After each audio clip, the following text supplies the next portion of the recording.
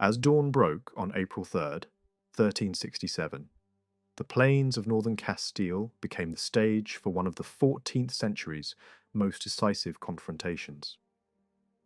Castile, the largest of the five kingdoms that shared the Iberian Peninsula, stood on the brink of a battle that would draw together some of the most experienced soldiers of the age. Two vast armies faced one another in tense silence, awaiting the command that would soon plunge them into violent motion. From beyond the Pyrenees, passing through the neighbouring kingdom of Navarre, came an invading force composed of English and Gascon troops.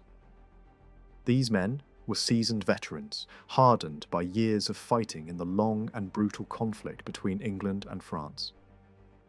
They were led by Edward of Woodstock, widely known as the Black Prince, the most renowned English commander of his generation. As the eldest son of King Edward III and heir to the English throne, the prince had crossed into Iberia with a clear objective: to restore Pedro of Castile, England's ally, to the throne from which he had been driven the previous year. Opposing this army stood a Castilian host that included a significant portion of the kingdom's high nobility.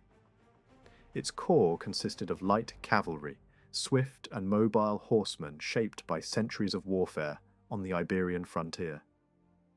Alongside them marched large numbers of native infantry, many drawn from the northeastern regions of Castile, where the campaign was unfolding.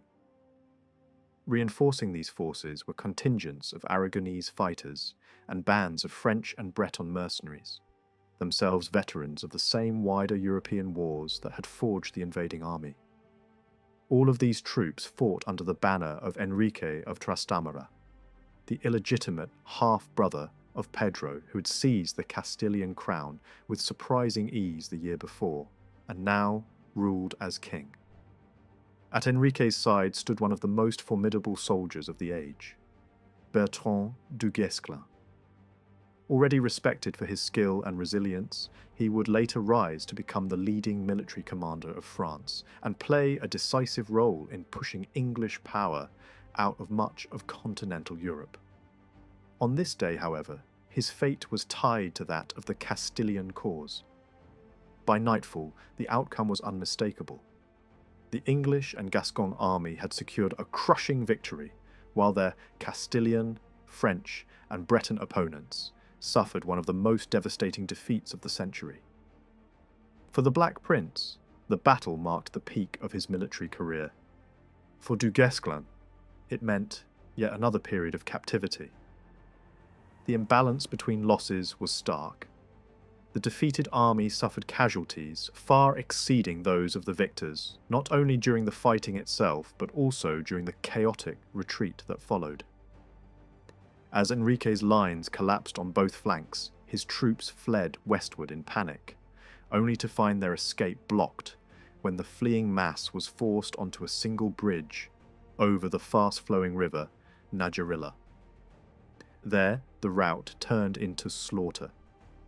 The battle later became known as Najera, the name favoured by the defeated side, though English sources often refer to it as Navarrete. Neither name precisely reflects the geography of the encounter, as the battlefield lay several miles from both towns where the opposing armies had camped the night before. Whatever name is used, the clash that took place that day stands among the most catastrophic battles of the 14th century. It belongs in the same grim company as engagements such as Courtrai, Bannockburn, Crécy, Poitiers, Rosebecque, Kosovo, and Nicopolis. Yet despite its scale and consequences, it remains one of the least familiar and least examined of these great disasters. To understand why this battle mattered, it must be placed within the broader turmoil of Castilian politics.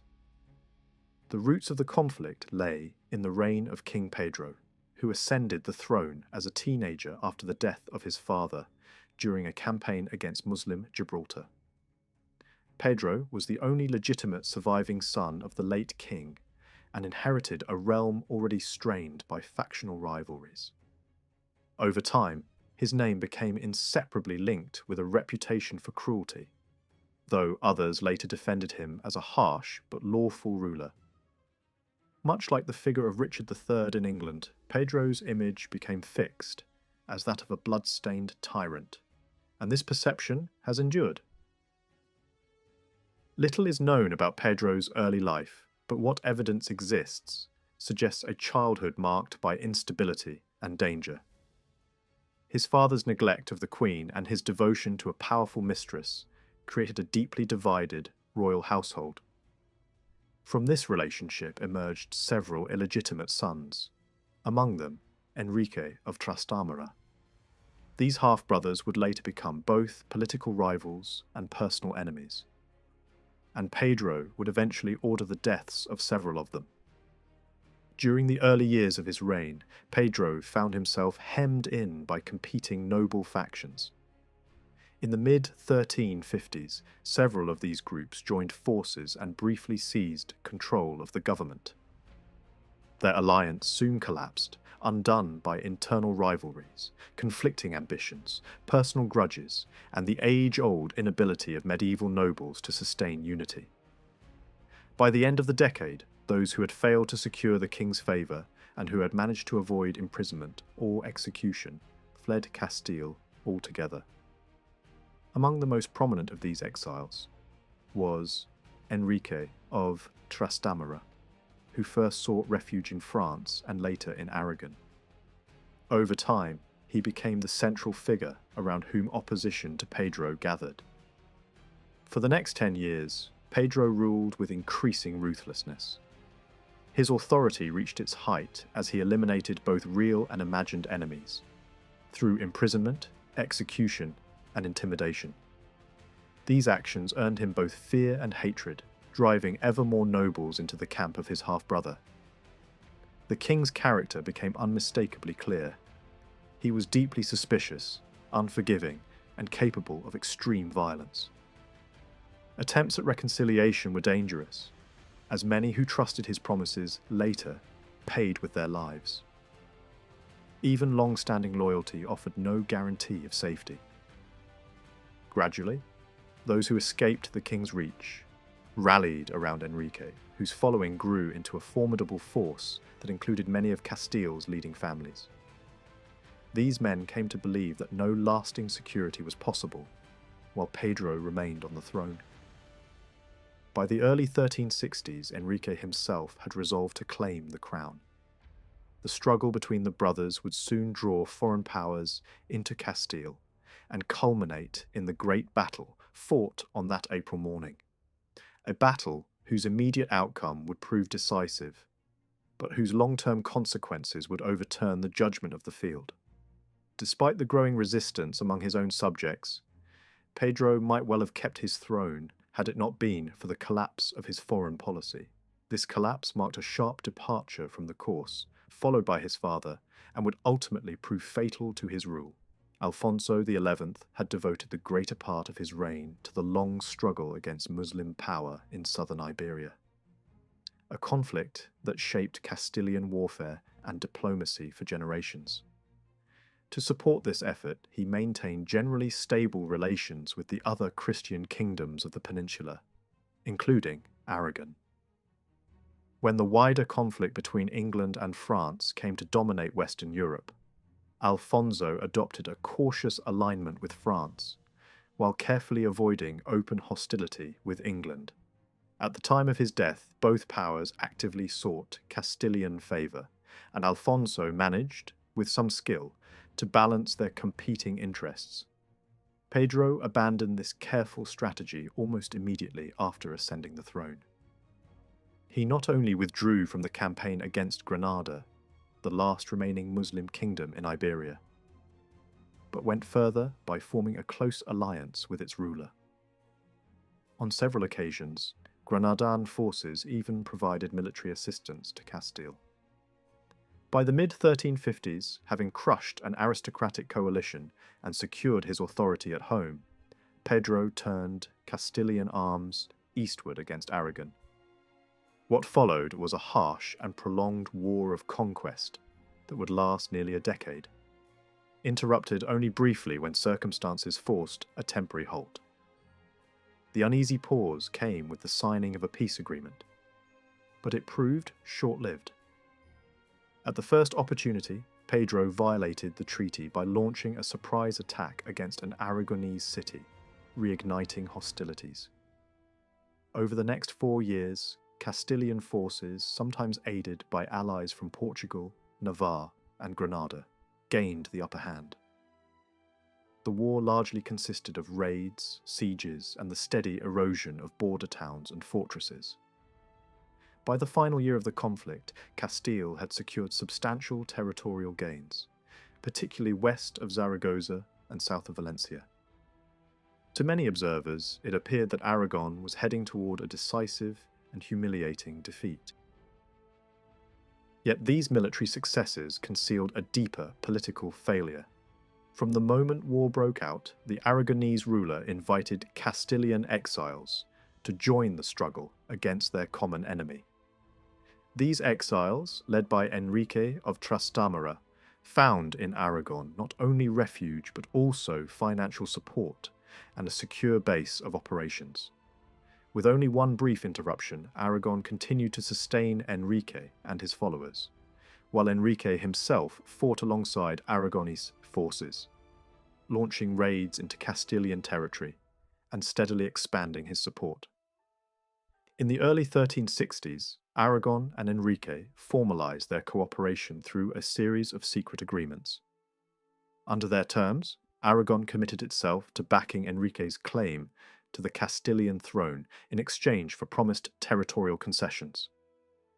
Even as this alliance tightened, Pedro continued to demonstrate that he could defeat his Iberian enemies on the battlefield. In purely military terms, he remained formidable. Ultimately, however, it was not events within the peninsula that sealed his fate, but his alienation of powerful forces beyond the Pyrenees.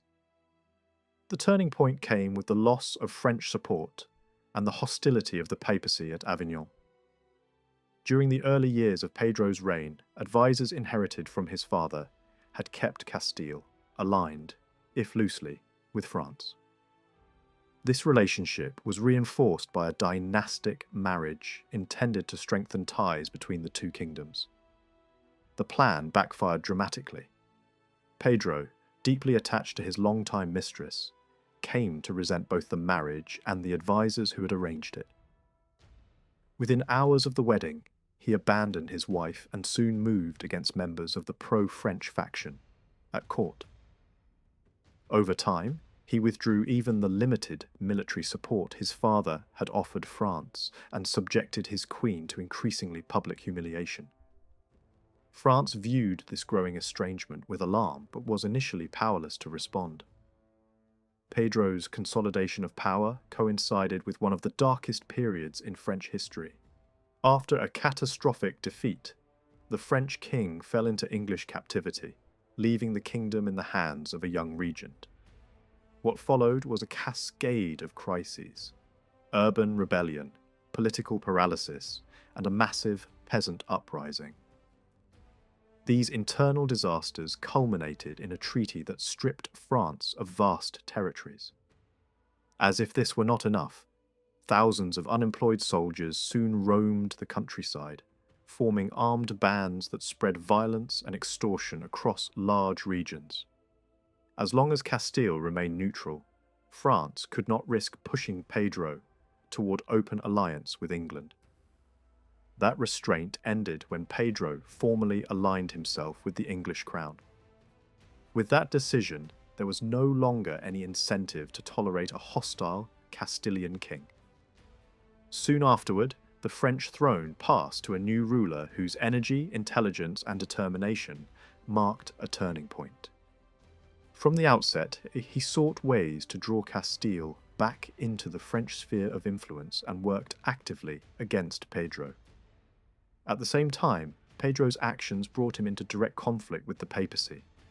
His abandonment of the war against Granada, his hostility toward France, his treatment of his wife, his persecution of senior church figures, and his refusal to cooperate with papal efforts to restore peace between Castile and Aragon, convinced successive popes that decisive action was required.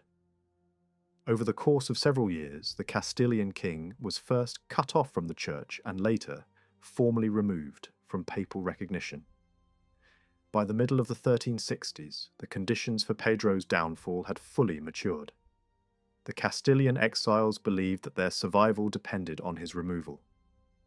Aragon sought an end to a war it could no longer afford to lose. France and the papacy wanted a ruler in Castile who would not serve English interests. These overlapping ambitions were about to converge. Ironically, the immediate catalyst for their cooperation came from within France itself. A pause in the wider European war released thousands of experienced soldiers onto the countryside. These men formed roaming companies that lived by plunder, turning large parts of France into lawless zones where peace and war became indistinguishable. Neither royal authority nor religious campaigns succeeded in containing them. Contemporary observers warned that unless the problem was resolved quickly, these bands would devastate the kingdom beyond repair. Faced with this threat, both the French crown and the papacy searched for a solution.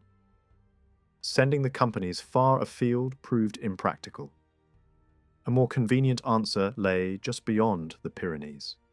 There ruled a king despised by both powers, a ruler whose enemies were already gathering. Into that volatile landscape, the free companies would soon be directed, setting in motion events that would transform the fate of Castile. Although it never received the same level of attention as Crécy or Poitiers, the campaigns that led to the Battle of Najera, as well as the battle itself, did not go unnoticed by contemporary observers. Many of the major chroniclers of Western Europe recorded the events, recognizing the encounter as the third and final great victory of the Black Prince. For at least one writer, a monk living near Reims, Najera marked the last major episode, worthy of inclusion in his record of the age. Yet despite this broad interest, most surviving accounts are brief and selective, offering limited insight into how the campaign unfolded, or how the battle was actually fought. A small number of narrative sources form the backbone of modern understanding. 4 writers, in particular, provide most of the reliable detail. 2 of them appear to have witnessed the events firsthand and fought on opposite sides of the conflict, while 2 others, though absent from the battlefield, contribute valuable information drawn from close involvement with the political and military world of the time. One of the most important voices belongs to a Castilian nobleman born in the Basque region in the early 14th century.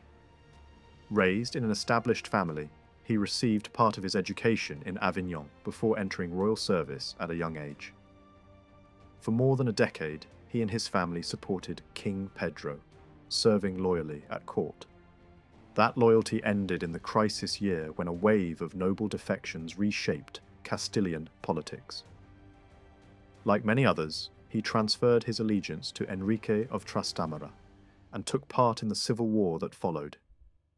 He was captured during the fighting at Najera, spent time as a prisoner, and later returned to active service after securing his release. Over the next 30 years, he remained a key figure in the new ruling dynasty, serving successive kings and continuing to take part in military campaigns. Late in life, after decades of public service, he retired to a monastery near his birthplace, where he died in the early 15th century. During these later years, he composed chronicles covering the reigns of the kings he had served. The most ambitious and controversial of these works focused on Pedro and included a detailed account of the events surrounding Najera. This narrative remains indispensable, not only for its description of the battle, but also for its explanation of the political breakdown that followed the victory. In sharp contrast stands the figure known today as the Chandos Herald. Almost nothing is known about his life, not even his name. His identity survives only through the work he left behind, a long poetic account celebrating the life and career of the Black Prince. Written in French verse, the poem survives in 2 manuscript copies and follows the prince's story up to his death. Linguistic clues suggest the author was raised in the Low Countries, an area that produced several prominent chroniclers of the period. Internal references indicate that the poem was composed in the mid to late 1380s, around the same time the Castilian Chronicle was being written. Because both the Castilian nobleman and the Chandos herald appear to have been present during the campaign and engaged in the fighting, their accounts provide the most reliable information about troop movements, battlefield formations, and the sequence of events on the day of battle. When their descriptions differ, it is generally assumed that each writer was most accurate when describing what occurred on his own side of the conflict. The Castilian account is especially valuable for 2 additional reasons. It offers the only detailed narrative of the earlier campaign that led to Enrique's seizure of power, and it explains the rapid collapse of relations between Pedro and his English allies after their victory. 2 further writers help round out the picture. One was the long-reigning King of Aragon, whose rule extended for more than half a century and was marked by near-constant warfare. He fought rivals both at home and abroad, defended his realm against repeated Castilian aggression, and navigated a political landscape shaped by financial strain and shifting alliances. To sustain his wars, he relied increasingly on the wealth and support of Catalonia, granting its institutions greater autonomy in return. A cultivated ruler with strong intellectual interests, he patronized literature, art, and architecture, and took an active role in composing his own chronicle. Although his account devotes only limited space to the events of 1367, it offers something no other source provides: insight into the calculations and priorities of a major decision-maker. From his perspective emerge details about negotiations, payments, territorial concessions, and the rebuilding of Enrique's forces after defeat. The final voice belongs to a cleric from the Low Countries, who would later become the most famous chronicler of the age. Born in the mid-14th century, he spent his early life in his native region before travelling widely across Europe.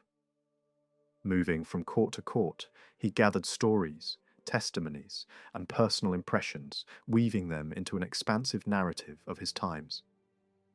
For several years, he lived in England under royal patronage and accompanied members of the English royal family on their travels. His career brought him into contact with many of the leading figures of the era, and his writings preserve countless personal encounters. His value as a source for events in Spain is uneven. During the winter before the Najera campaign, his presence at the Black Prince's court in southern France placed him in an ideal position to observe the early stages of the expedition. He recorded debates among advisors, negotiations with the deposed Castilian king, and preparations for the invasion. He even travelled with the army to its mustering point, north of the Pyrenees. Beyond that point, however, his contribution becomes indirect. He never entered Spain, was sent back before the campaign began, and relied heavily on the testimony of others. His grasp of Iberian geography was weak, limiting his usefulness in tracing troop movements. In later years, however, he compensated for these shortcomings by interviewing veterans and placing their experiences within a broader European context. Used carefully and in combination with the other accounts, his chronicle helps link the Battle of Najera to the larger political and military currents of the 14th century, completing a picture that none of the sources could provide on its own. During much of 1365, quiet but decisive negotiations unfolded between the King of Aragon, the new King of France, and the Pope in Avignon. By autumn, the 3 powers had reached a workable arrangement. Each side would pay a massive sum in gold to hire the roaming bands of unemployed soldiers, then plaguing France. Once paid, these men would be directed south, across the Pyrenees, into Aragon, and from there pushed against Castile, where they could be used as a weapon against a shared enemy. The final agreement was shaped in Avignon with the help of a senior figure close to the Aragonese court, a former royal advisor who had stepped away from politics into a religious life. Because the mercenaries would be operating near Aragonese towns and castles, the Aragonese king demanded strict guarantees that they would not turn on his own holdings. With promises secured and money pledged, the plan moved from paper to reality. By Christmas, more than 10,000 of these hardened men were gathering around Barcelona, where they were received with open arms. Command mattered as much as money. To lead the expedition, the French king arranged for the release of Bertrand Dugesclan, a Breton commander whose reputation had already begun to spread across Europe. He had spent the previous year in English captivity after being taken in battle. His freedom came at a high price. Contemporary voices disagree on the exact amount, but the sum was enormous, divided between the French crown and the leaders of the alliance. Once released, Dugesclan became the central figure meant to keep this dangerous force moving in the desired direction. Another problem quickly surfaced. A large portion of the mercenaries were English or Gascon, and it was considered wise to place a prominent Englishman alongside Dugesclan to manage them. The ideal candidate was John Chandos, one of the most respected English captains of the age, but he declined. Even so, several English commanders with no steady employment signed on. The most notable among them was Sir Hugh Calveley, a tough, imposing soldier who had built his name in the wars of Brittany. Chroniclers agree that Calveley soon became the natural leader of the English element within the force.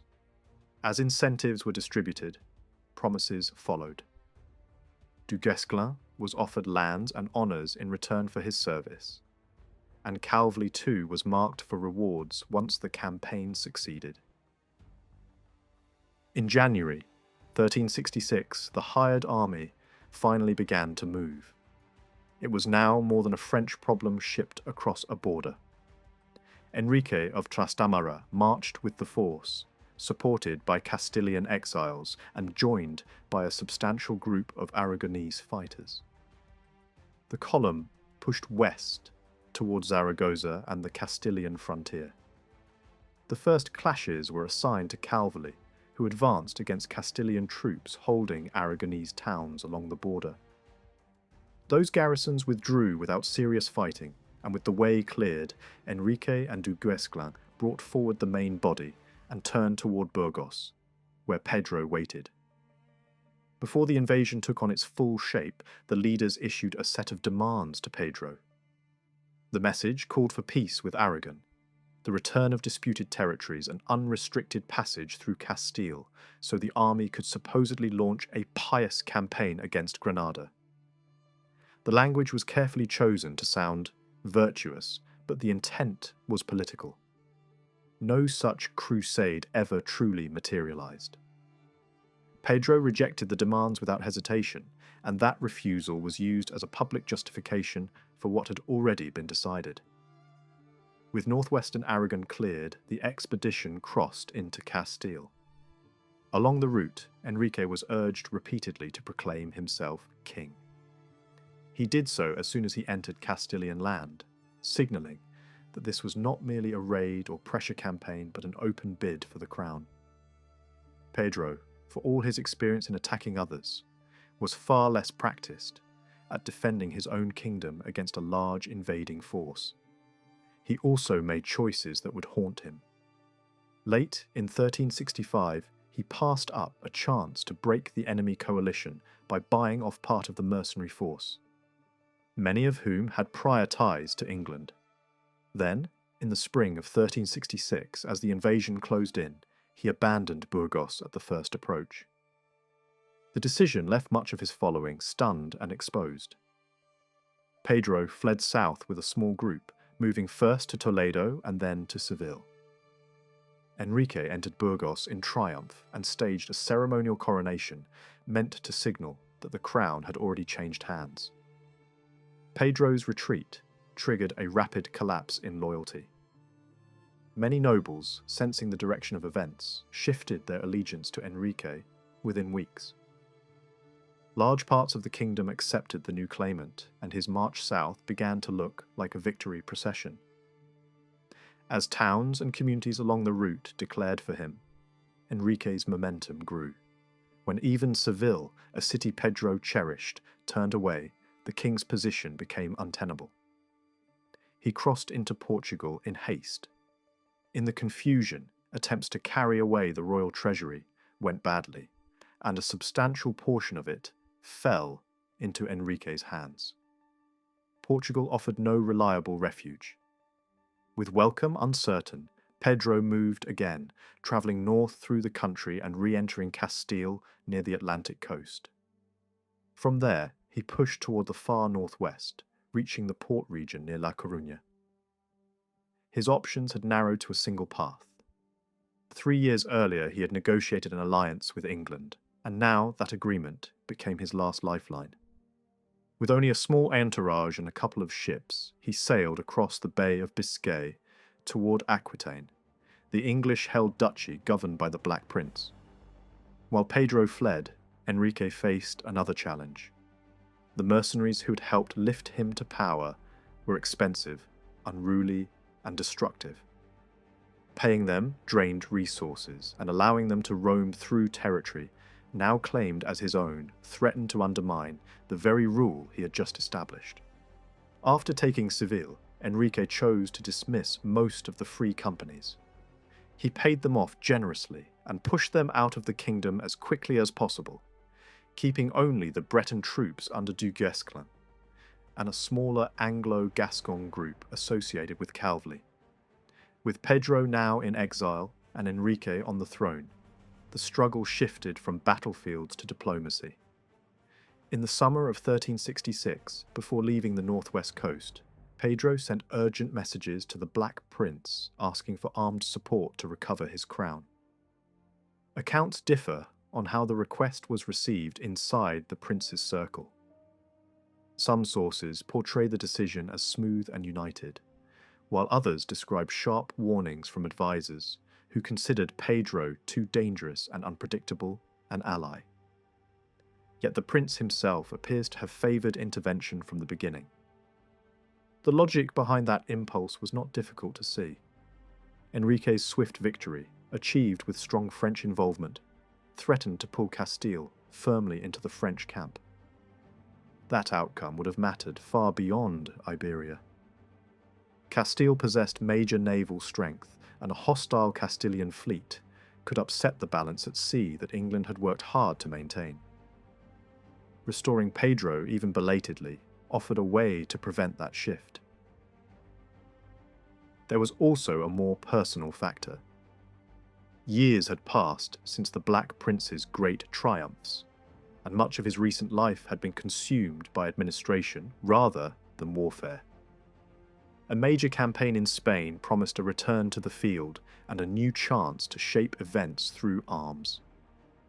Before any army could move, however, geography imposed its own limits. The most practical route into Spain required crossing the Pyrenees through a famous mountain pass and then marching across the kingdom of Navarre. That meant negotiating with Navarre's ruler, Charles, a king known for opportunism and constant manoeuvring. Safe passage could not be assumed. Talks began, and as expected, the Navarrese king tried to extract maximum advantage, hinting support to one side while keeping the other in play.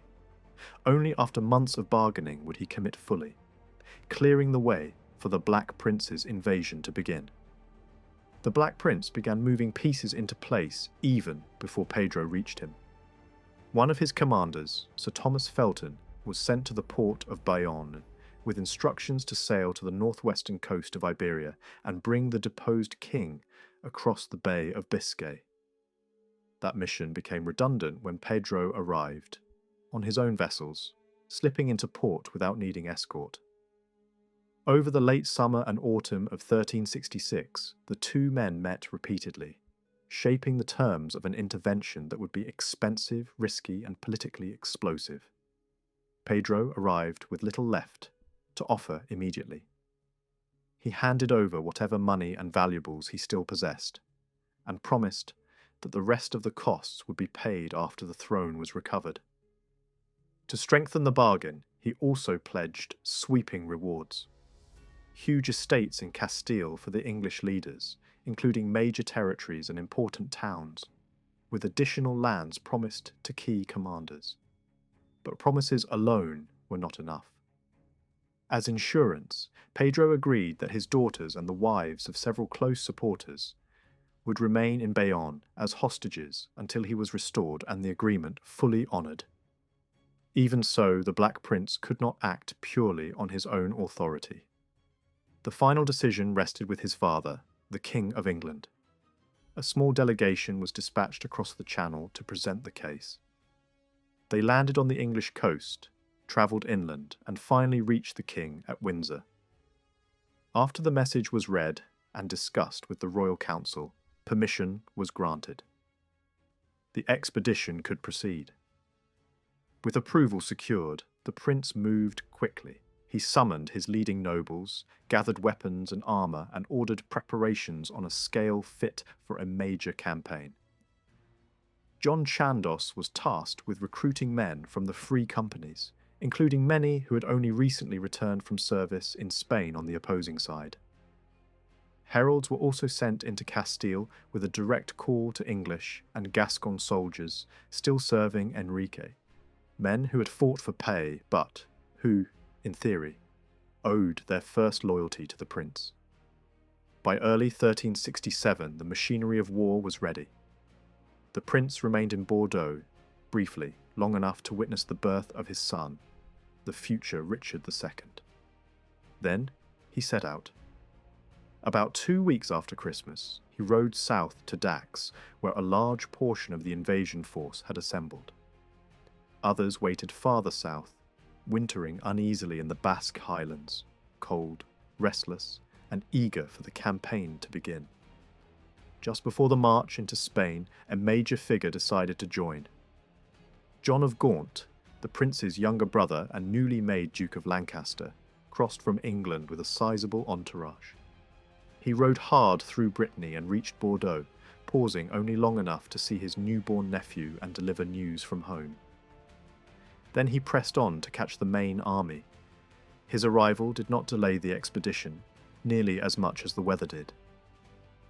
The planned route followed the famous road used by pilgrims travelling towards Santiago, but winter still gripped the Pyrenees. The mountain pass was buried in snow and glazed with ice, making movement slow, dangerous, and unpredictable. Complicating matters further was the unreliable posture of the King of Navarre. He had promised the prince safe passage, but he had done so without enthusiasm. Supporting the English meant forfeiting benefits offered by Enrique's side, and it was in his nature to squeeze advantage from both. After meeting the prince, he reopened talks with Enrique and reaffirmed earlier commitments to block the crossing, extracting more concessions in the process. Enrique acted as if he expected betrayal. Almost as soon as he returned to Burgos, he shifted his army east, toward a central position that allowed him to respond to either likely invasion route. From there, he could move north toward the Basque approaches, or south toward the main road leading deeper into Castile. During this repositioning, Enrique's English and Gascon mercenaries under Hugh Calveley peeled away and rode east into Navarre to await their true overlord. Their exit was not smooth. Some Castilians along the route did not treat their departure as a matter of honour or etiquette, and the mercenaries appear to have fought their way out. Once inside Navarre, restraint vanished. They seized several places and terrorised the countryside, including taking control of an important town. Whether this violence was directly ordered or merely tolerated, it served a clear purpose. It demonstrated to the King of Navarre how quickly his realm could be punished if he obstructed the English crossing. The message landed. When the King of Navarre protested to the prince, the response was sharp. Promises had been made, and promises had not been kept. If he wanted the raids to stop, he would have to uphold his agreement. Soon afterward, he met English envoys again and reaffirmed his pledge to open the route. This time, he followed through. In mid-February 1367, the English vanguard crossed the Pyrenees, through the mountain pass, and camped near Pamplona. Over the next 2 days, the rest of the army filed through. To prevent any last-minute reversal, the King of Navarre was compelled to accompany Pedro and the prince during the crossing, making interference far more difficult. The journey still proved brutal. Ice and snow clogged the route. Cold wind cut through men and animals, and accidents claimed lives in the mountains. For many soldiers, it felt less like a march and more like a trial. From his headquarters, Enrique responded with words before steel. He sent a letter expressing astonishment at the invasion and insisting he had never wronged the prince.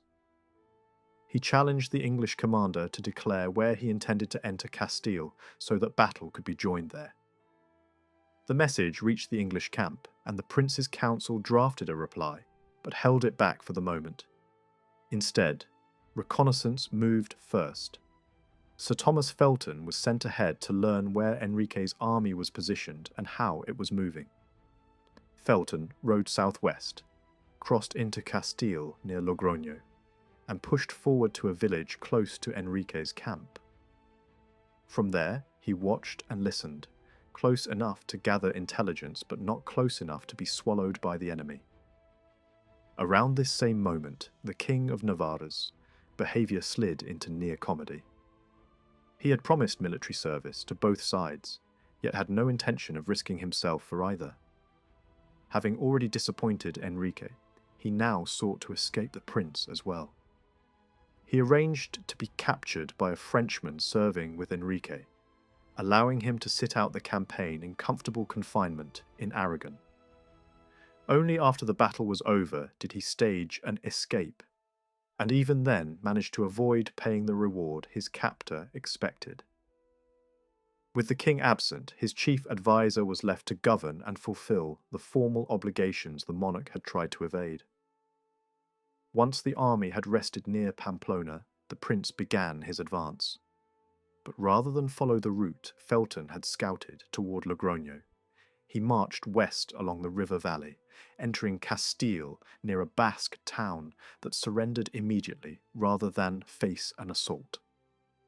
From there, the vanguard reached Vitoria, the principal settlement of the region.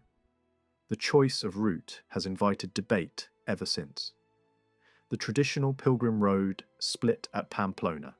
One branch ran south toward Logroño, the other west toward Vitoria, and both ultimately converged on Burgos. On a simple map, the western route looked shorter and more direct. But geography can deceive. That path led into terrain where a defending army could occupy heights and refuse battle unless conditions were overwhelmingly favourable. Enrique moved quickly when he learned the prince had turned west. He crossed the Ebro and marched north, anchoring his forces on high ground near Vitoria. Felton shadowed the movement and then rode into the English camp to report that the enemy now held the heights above the town. The prince brought up the rest of his army and issued a direct challenge for Enrique to come down and fight. Enrique did not accept. His French commanders urged delay, acting in line with the wider strategy of France. Avoid a decisive battle if it could be postponed, exhaust the enemy, and let time do the damage. With the enemy entrenched, the only way to force an engagement would have been a costly uphill assault. Enrique preferred a different method. Before dawn, thousands of men slipped down from the high ground and struck English foragers and exposed units. One of the most dramatic blows fell on Hugh Calveley's camp, pitched too far ahead of the main army. His men were caught at breakfast. Some were killed in their tents, others fled, and much of their baggage was lost. Panic rippled through the vanguard until the Duke of Lancaster, roused by the commotion, raced to a nearby rise, raised his banner, and gave the fugitives a point to rally around. The prince and Chandos arrived quickly from the main camp, and the raiders withdrew before the situation could spiral into disaster. During the retreat, the Castilian raiders ran into Felton's party and overwhelmed it, killing or capturing most of them. The raid boosted Enrique's confidence, but the French voice of caution remained. Rather than gamble everything on a pitched battle, the advice was to seize mountain passes behind the prince, choke off supplies, and threaten his escape route. Even Dugesclan, known for personal bravery, supported the idea. Enrique listened, for a time. Meanwhile, conditions in the English camp worsened. Cold rain swept through the valley, provisions dwindled, and constant skirmishing wore down the men. The Spanish light cavalry excelled in this kind of war, harassing heavier troops and making every movement costly. After several days, the prince decided he would not be dragged into a fight on ground, chosen entirely by the enemy. Then came the sharpest move of the campaign. The prince broke camp, withdrew into Navarre, swung south through a mountain pass, and headed for Logroño. At the start of April, he entered the city by crossing the bridge over the Ebro. The maneuver changed everything. It placed the English-led army on more open terrain, removed it from the trap of the Basque heights, and put it directly on the main route toward the Castilian heartland. From here, Enrique faced an uncomfortable choice: accept battle or allow the prince to march deeper into Castile without serious resistance. Enrique and Dugesclan reacted quickly. They crossed the Ebro again and rushed to intercept the advance. Despite the prince's head start, they operated along shorter internal routes and reached Najera in time to block the road. There, they established a new position west of the river Najera, a modest but fast-flowing barrier that the prince would have to cross to continue. The defensive advantage was less dramatic than in the mountains near Vitoria, but it still forced the issue. The invasion could not simply pass by. It was also here that the formal exchange of letters finally caught up with the armies. The prince's reply arrived, pointedly addressing Enrique, not as a king, but as a duke, claiming a crown. The English justification was blunt: an existing alliance with Pedro, and the argument that lawful succession should not be overturned by force. Yet the message also carried an offer. If Enrique would yield the crown, a settlement could be reached, including the return of lands and status.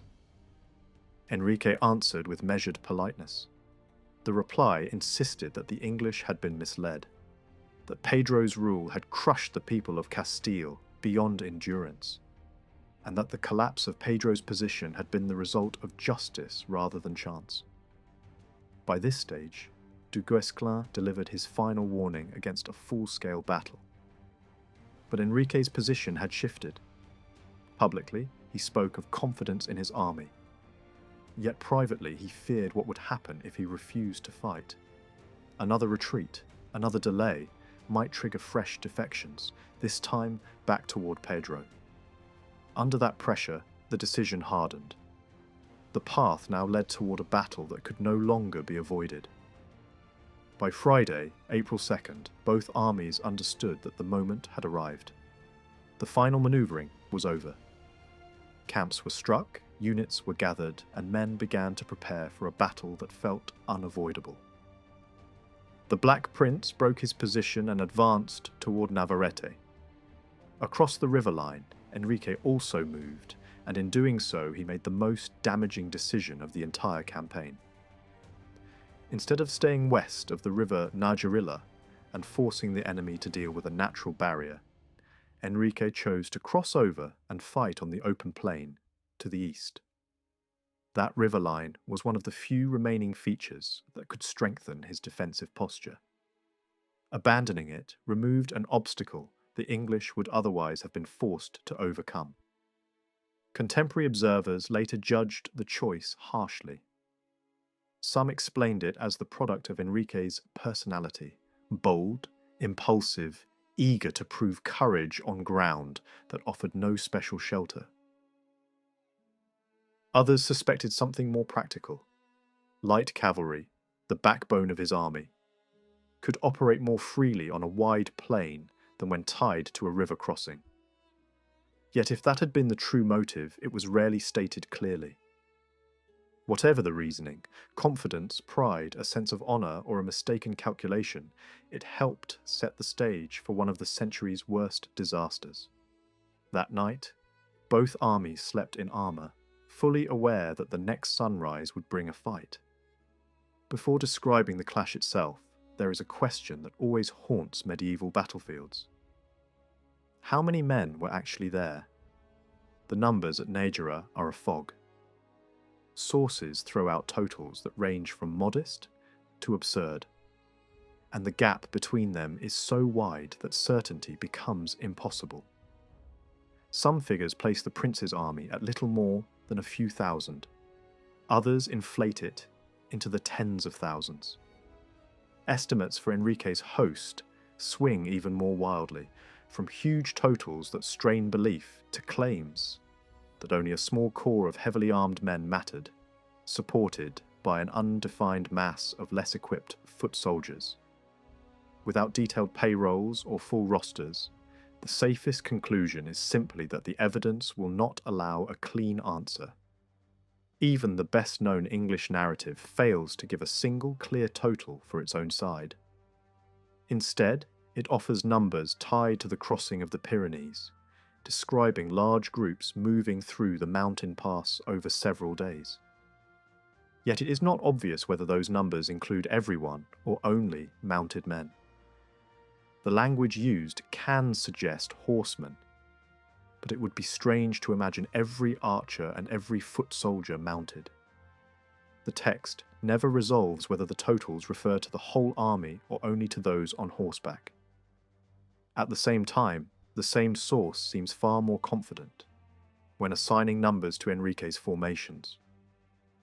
Listing thousands under different commanders and describing a strong central body of professional fighters under the French and Breton leadership. Even there, uncertainty returns quickly. Overlapping figures appear. Elite armoured horse are mentioned without clarification, and a large crowd of local troops, crossbowmen, peasants, camp followers turned fighters, drifts into the narrative without any headcount. A Castilian chronicler gives a very different picture. In his telling, the professional corps under Dugesclan is much smaller.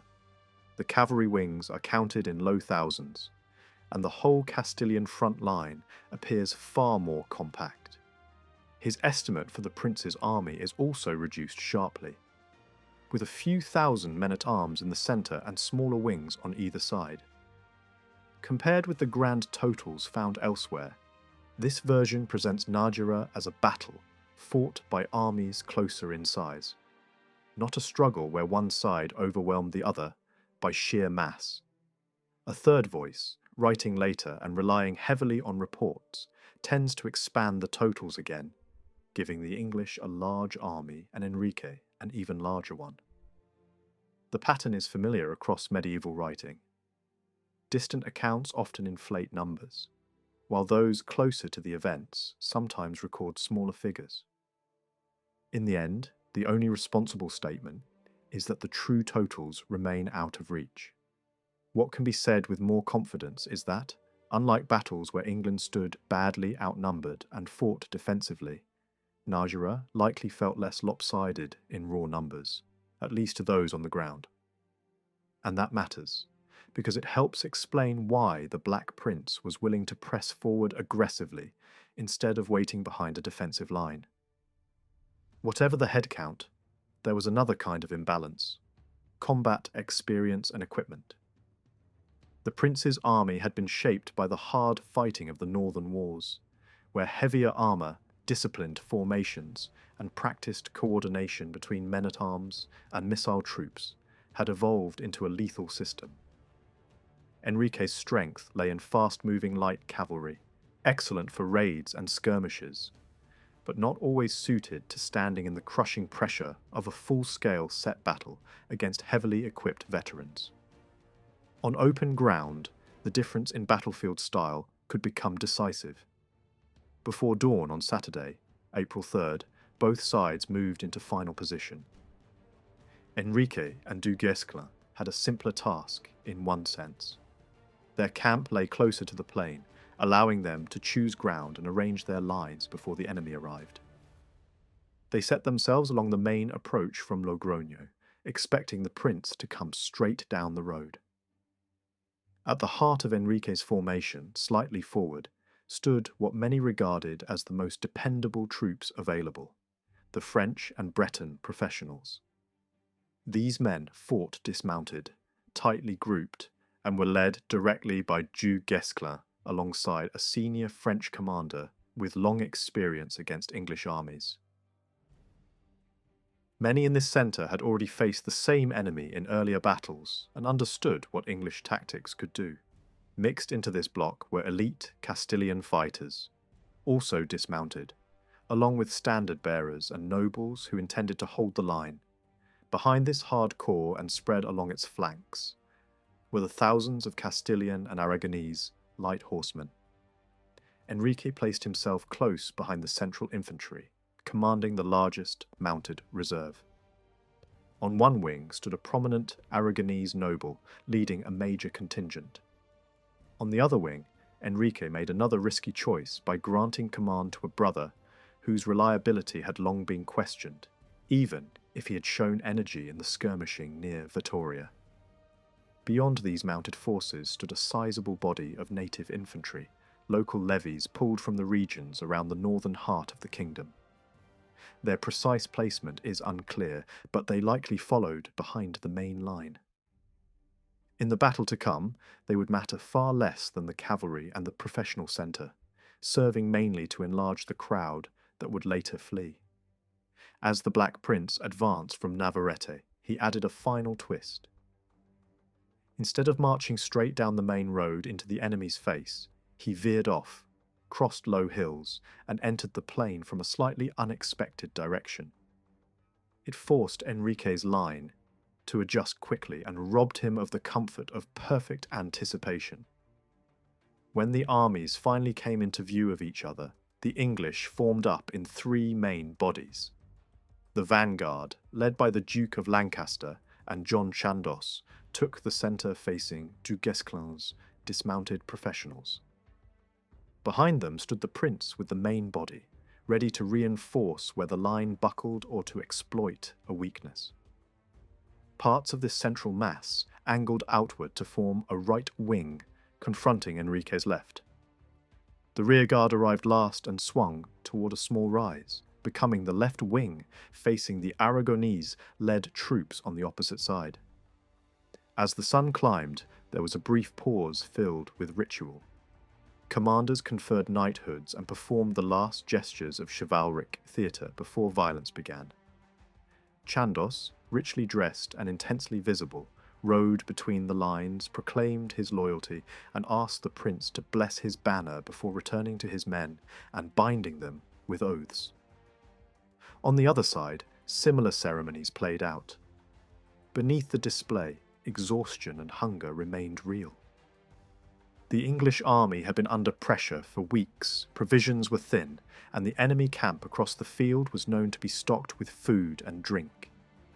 The promise of supplies, as much as honour, sharpened the will to fight. Distinctive markings helped prevent confusion once the melee began. Castilian troops could be recognised by a signature sash, while the English displayed white surcoats with a bold cross, calling loudly on their patron saint as they moved forward. There was also a colder message spoken in private at the command level. The day would decide whether Pedro would ever hold Castile again. The first blows are described differently depending on where the observer stood. One English account presents the battle as beginning with the advance of the English centre under Lancaster and Chandos, driving straight into Dugesclan's strong block. In that version, there is no hesitation, no attempt to avoid battle, no cautious withdrawal. This fits the broader reality of the campaign. The Spanish expedition was not a raid meant to burn villages and retreat. It was an invasion meant to produce a decisive engagement. The prince had spent weeks trying to force Enrique to fight, first at Vitoria, and then by manoeuvring onto ground where delay became dangerous. On the open plain near Najera, it would have been surprising if he refused the offensive. A Castilian account, however, emphasizes a different trigger. In that telling, a contingent within Enrique's host suddenly wavered and switched sides at the last moment. Faced with the danger of more defections, Enrique ordered an immediate attack. The contradiction may not be a real contradiction at all. It is entirely possible that both things happened almost at once, but in different sectors of the field. The English centre could surge forward, while, elsewhere, Enrique's cavalry lunged in an attempt to seize initiative and prevent the line from unravelling. This difference in perspective becomes more revealing when looking at Enrique's own movement during the fight. One version places him behind the central infantry at the start, commanding a mounted reserve. Another places him out on the wing. Taken together, they suggest a likely sequence. Early in the battle, the king shifted toward one flank, merging his central cavalry with the wing force, then tried to drive a massive mounted assault against the English left. If an initial attack had already been repulsed, this would also explain reports of Enrique personally struggling to rally his men. That wing, where cavalry could move in weight, was the only area where his army had a chance to seize momentum. At the centre, the fight quickly became brutal. Whether Dugesclan's men waited in a tight wall or surged forward to meet the advance, the result was the same: a rapid collision into close combat. Missile troops had less room to dominate here because the lines closed fast. Yet crossbow bolts and stones still flew at short range, and English archers, squeezed by the press, likely abandoned careful shooting and joined the melee, using bows as clubs or drawing sidearms. The scene became the classic medieval nightmare: axes rising and falling, swords and daggers flashing, bodies grappling in the mud. One well-known episode captures the violence on a personal scale. An English captain wrestled a Castilian opponent to the ground and, after a desperate struggle, finished him with a knife. When the English vanguard met such stubborn resistance in the centre, the prince committed more of his main body. Reinforcements pushed forward from the left side of his division, including a notable English lord and a young Breton noble fighting in English service at the time. His presence reflected the tangled loyalties of the age. Men who fought for one side in one year could appear on the other side later, depending on politics, patronage, and survival. The battle line tightened, the pressure increased, and the struggle for the centre became the key point around which the day would turn. The reinforcements under Percy and Clisson almost certainly slid into position on the left of Chandos and Lancaster, stretching the English line farther out in that direction. That mattered. It meant Dugesclan's centre, already under punishing pressure, now faced the danger of being overlapped and attacked from an angle. Behind the vanguard, the rest of the prince's main force pressed forward as well, piling weight onto the struggle. The fighting in the middle grew fierce and crowded, yet the final decision would not be made there. The battle's turning point was waiting on the wings.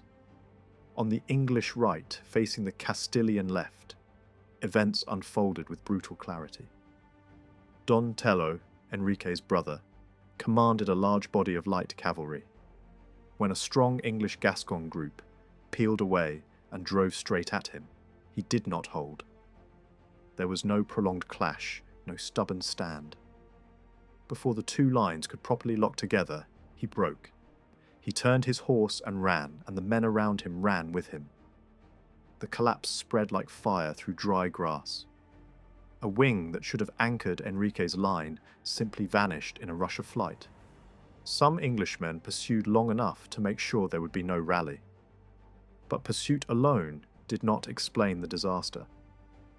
More important was what happened next. Much of the English right, suddenly unopposed, swung inward. While Dugesclan was still locked in a grinding struggle at the centre, fresh pressure began to hit his flank. At almost the same moment, the prince's own division pushed forward against the front.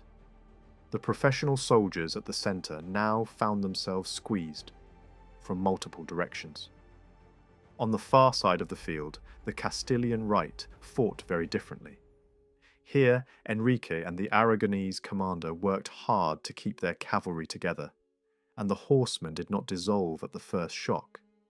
They charged up toward the little rise held by the English left and fought with real determination. But determination could only do so much against the realities of 14th century weapons. On this wing, Enrique's troops had little that could match the English longbow. Crossbowmen existed in his army, but many appear to have been concentrated nearer the centre. On the right, the Castilians relied mostly on slings, javelins, and thrown darts. Against the longbow, it was a losing exchange. The longbow could hit hard, reach far, and, most importantly, fire again and again at a pace the other weapons could not equal. Enrique tried repeatedly to force a breakthrough. The cavalry formed, surged forward, and was driven back. It formed again, surged again, and recoiled under the same storm. Arrows struck men and horses, turning charges into chaos. Sling stones could injure and even kill, and the first volleys did real harm, cracking helmets and knocking riders from the saddle. But once the initial cast was spent and the English arrows kept coming, fast, dense, and unforgiving, order started to fail. Horses panicked. Riders lost spacing. The same men who had advanced with confidence began to turn their mounts away, first in small clusters, then in waves. When the right wing began to unravel despite his efforts, Enrique could see the shape of the end. If captured, he could expect little mercy from Pedro. Survival now depended on escape. He turned from the fight and rode with the fleeing mass. Behind him, infantry that had barely had time to matter was swept into the rout. The centre, French and Breton veterans and the Castilian elite, held on as long as discipline and pride could carry them, but their position was collapsing around them. With both flanks gone, they were nearly encircled. English pressure closed in from the front and sides, while arrows and advancing men-at-arms turned the last stand into a slaughter. Many fell where they stood. Others were taken alive, especially those valuable enough to ransom. Captures included Dugesclan and senior French leadership, Enrique's brother Sancho, a royal bastard son, and the Aragonese commander, who appears to have fallen back into the central knot, rather than flee with the broken cavalry. Confusion in the sources about where certain leaders fought at the end actually makes sense when viewed through the chaos of a collapsing line.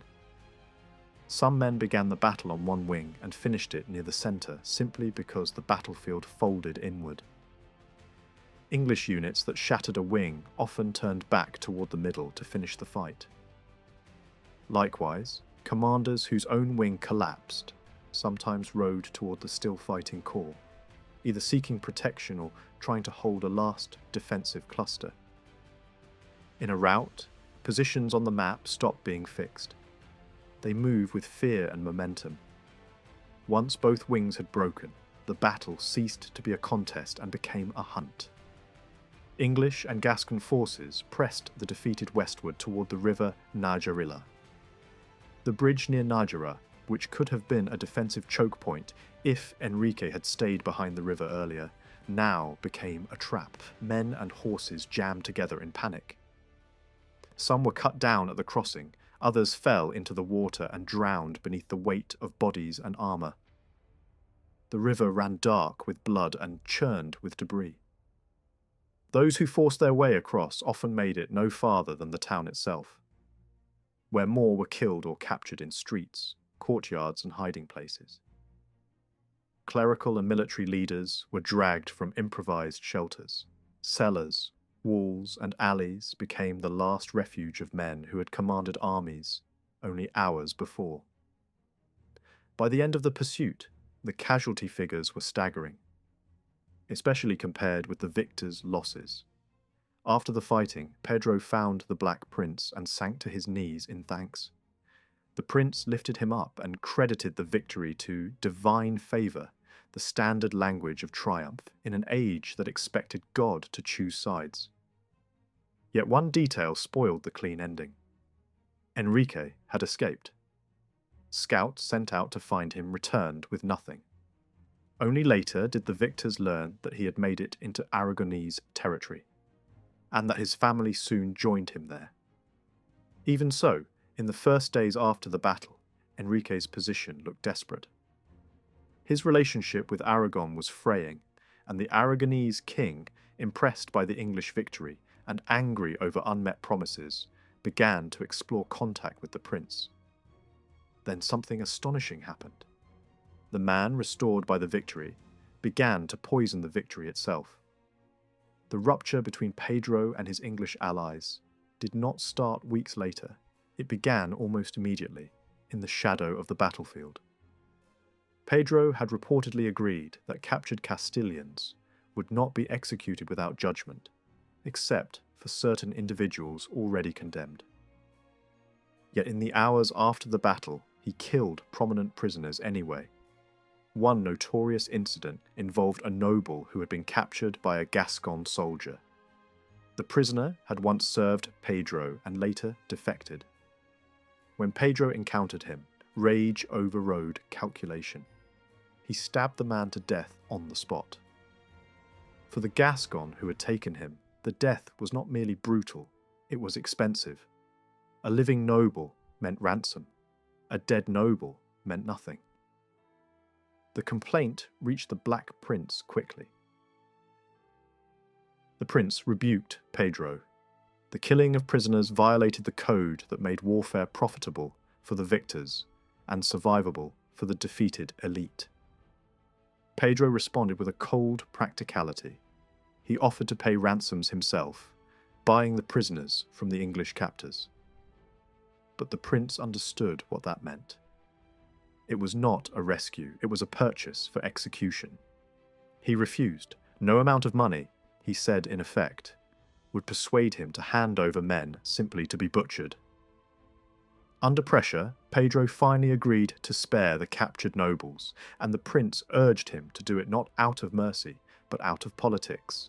Pardon could, in theory, bring former enemies back into obedience.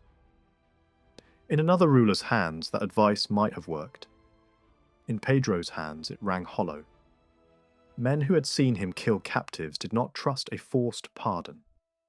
Most withdrew from him as soon as they could. And when word spread that Enrique was rebuilding an army, many drifted across the border and returned to the struggle. The quarrel over prisoners widened into a larger dispute. Money. Pedro had promised to fund the expedition and reward the leaders who carried him back to the throne. Now he began to stall. He complained about exchange rates, claimed his currency had been undervalued, insisted his jewels had been assessed unfairly, and demanded access to the accounts.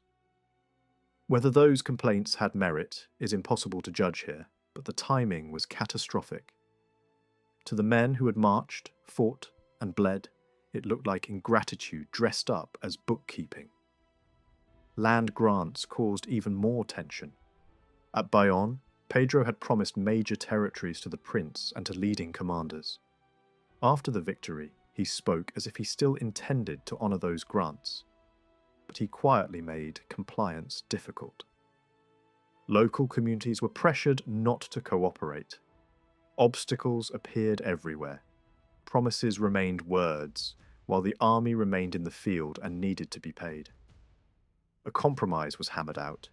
Pedro would go south to raise funds and deliver a major payment within a set time.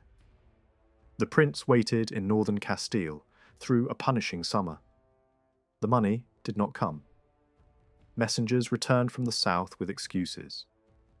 Pedro argued that he could not collect revenue while foreign soldiers occupied the north, and he blamed violence and looting for the failure of treasurers to deliver payments. He proposed a new arrangement. Most of the army should leave, and only a smaller, select force should remain, to be paid directly. By then, the prince had reached the end of his patience. The army was weakening, supplies were thin, discipline was strained, and the heat was damaging to men who were not used to it. The prince's own health began to fail. With no payment and no reliable partnership, he had little choice but to withdraw. He marched back across the Pyrenees, bitter and disillusioned, convinced that the ally he had restored had betrayed him. The English departure sealed Pedro's fate. When Enrique returned with a rebuilt force, nobles rallied to him, some returning from abroad, others switching sides once more. Pedro faced this new threat without the veteran English corps and without the longbows that had broken Enrique's cavalry on the plain. He could gather only a smaller base of supporters and auxiliary troops provided by his last remaining ally, Granada. What followed was a grim, uneven struggle rather than a decisive campaign. Then, in early 1369, Dugesclan returned after ransom and struck hard. Pedro, moving north to relieve pressure on a major city, was ambushed and defeated. He fled into a nearby fortress and held out briefly, but supplies ran down. A nighttime escape attempt failed. Pedro was captured and brought into the enemy camp. There, in one of the era's most dramatic moments, he came face to face with Enrique. The meeting turned violent almost at once. In the struggle that followed, Pedro was stabbed to death. With that, Enrique's claim ceased to be contested in practice. He was king. Even after the dust settled, one strategic puzzle remained. Why did English and Gascon free companies take part in the earlier expedition that helped replace a ruler friendly to England with one aligned with France, forcing the Black Prince to intervene the next year? One explanation is simple economics. The 1360s produced thousands of unemployed soldiers. Peace treaties and the end of regional wars left fighters without wages. Many of them were truly free in the sense that they hired themselves out wherever money appeared, especially if the job did not obviously count as treason at home. Under that view, England watched them go because it could not, or would not, pay them itself. There is even evidence that the English crown tried to discourage such participation, issuing orders to keep English captains from leading men into Spain. The problem was enforcement. Commands on parchment did not necessarily stop hardened captains who lived by war. Yet the events of the following year complicate the story. When the Black Prince needed Calverley and his men, he could pull them back. That suggests pre-existing loyalty still mattered, and that freedom had limits. It also echoes a long-standing French complaint. Even during nominal peace, English authorities could influence where Anglo-Gascon companies fought. If that influence existed, then the real question becomes sharper. Why was it not used more effectively in 1366? A dramatic shift in policy might explain it. Allow the companies to join Enrique in hopes of securing neutrality, then reverse course when that gamble failed. But sources do not clearly support such a deliberate pivot. A more plausible answer is miscalculation. The Black Prince and his circle may simply have underestimated how completely the intervention would overturn the balance inside Castile. Few strategists could easily predict just how fast Pedro's support would collapse once the companies marched. The prince may have realised the danger only after the new regime had already been installed. There is also another possibility: confidence bordering on arrogance. England's leadership, shaped by years of victories, might have believed that any problem created by mercenary drift could be corrected by force if necessary. In the narrow sense, Najera seemed to prove them right. The prince marched in, fought, and restored his ally in a matter of months. But what was misjudged was not the battlefield. It was the character of the man being restored. Pedro behaved as if victory meant he no longer needed those who had delivered it. That belief destroyed the alliance, emptied the victory of long-term value, and turned a spectacular triumph into a strategic failure. In the middle of the 14th century, much like in the 20th, Spain became the stage for a wider rivalry. Armies and money crossed the Pyrenees, and local struggles turned into a proxy contest for powers with bigger ambitions. Yet the two eras diverge in one crucial way. The Spanish Civil War in the 20th century did not ignite the larger world conflict that followed, nor did it decisively shape its outcome. The crisis of 1366 and 1367 did. What happened in Castile pushed directly into the next act of the long Anglo-French struggle and helped reopen a war that had been drifting toward pause. Even more, it helped shape a phase in which the balance of success swung sharply in the opposite direction. When the Black Prince returned to Aquitaine in late 1367, the outward appearance of victory could not hide what the expedition had become. The campaign had produced a spectacular battle, but it had also created a financial disaster.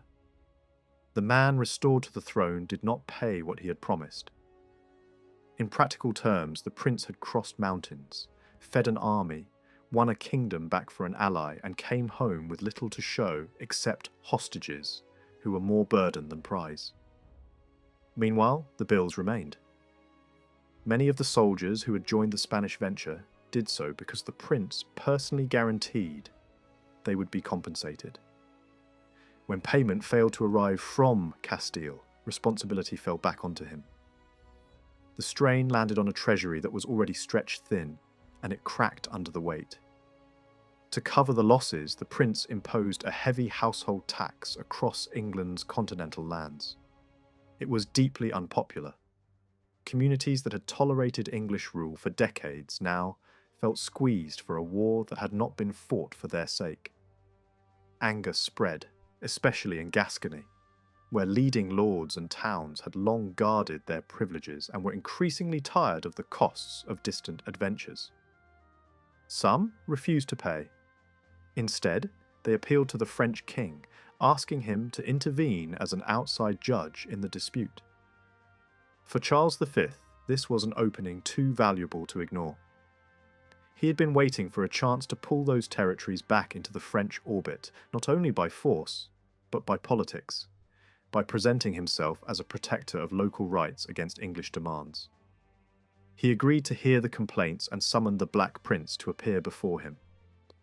From the English viewpoint, that demand was an insult.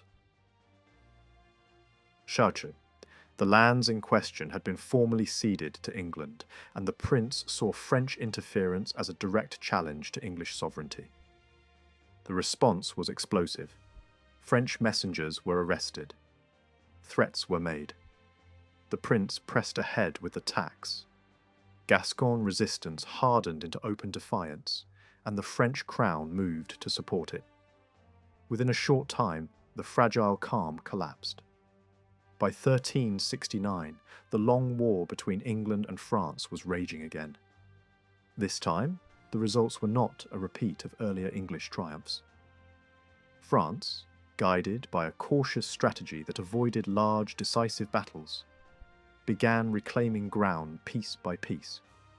The methods were deliberate: pressure, sieges, raids, isolation of outposts, and the steady stripping away of English holdings.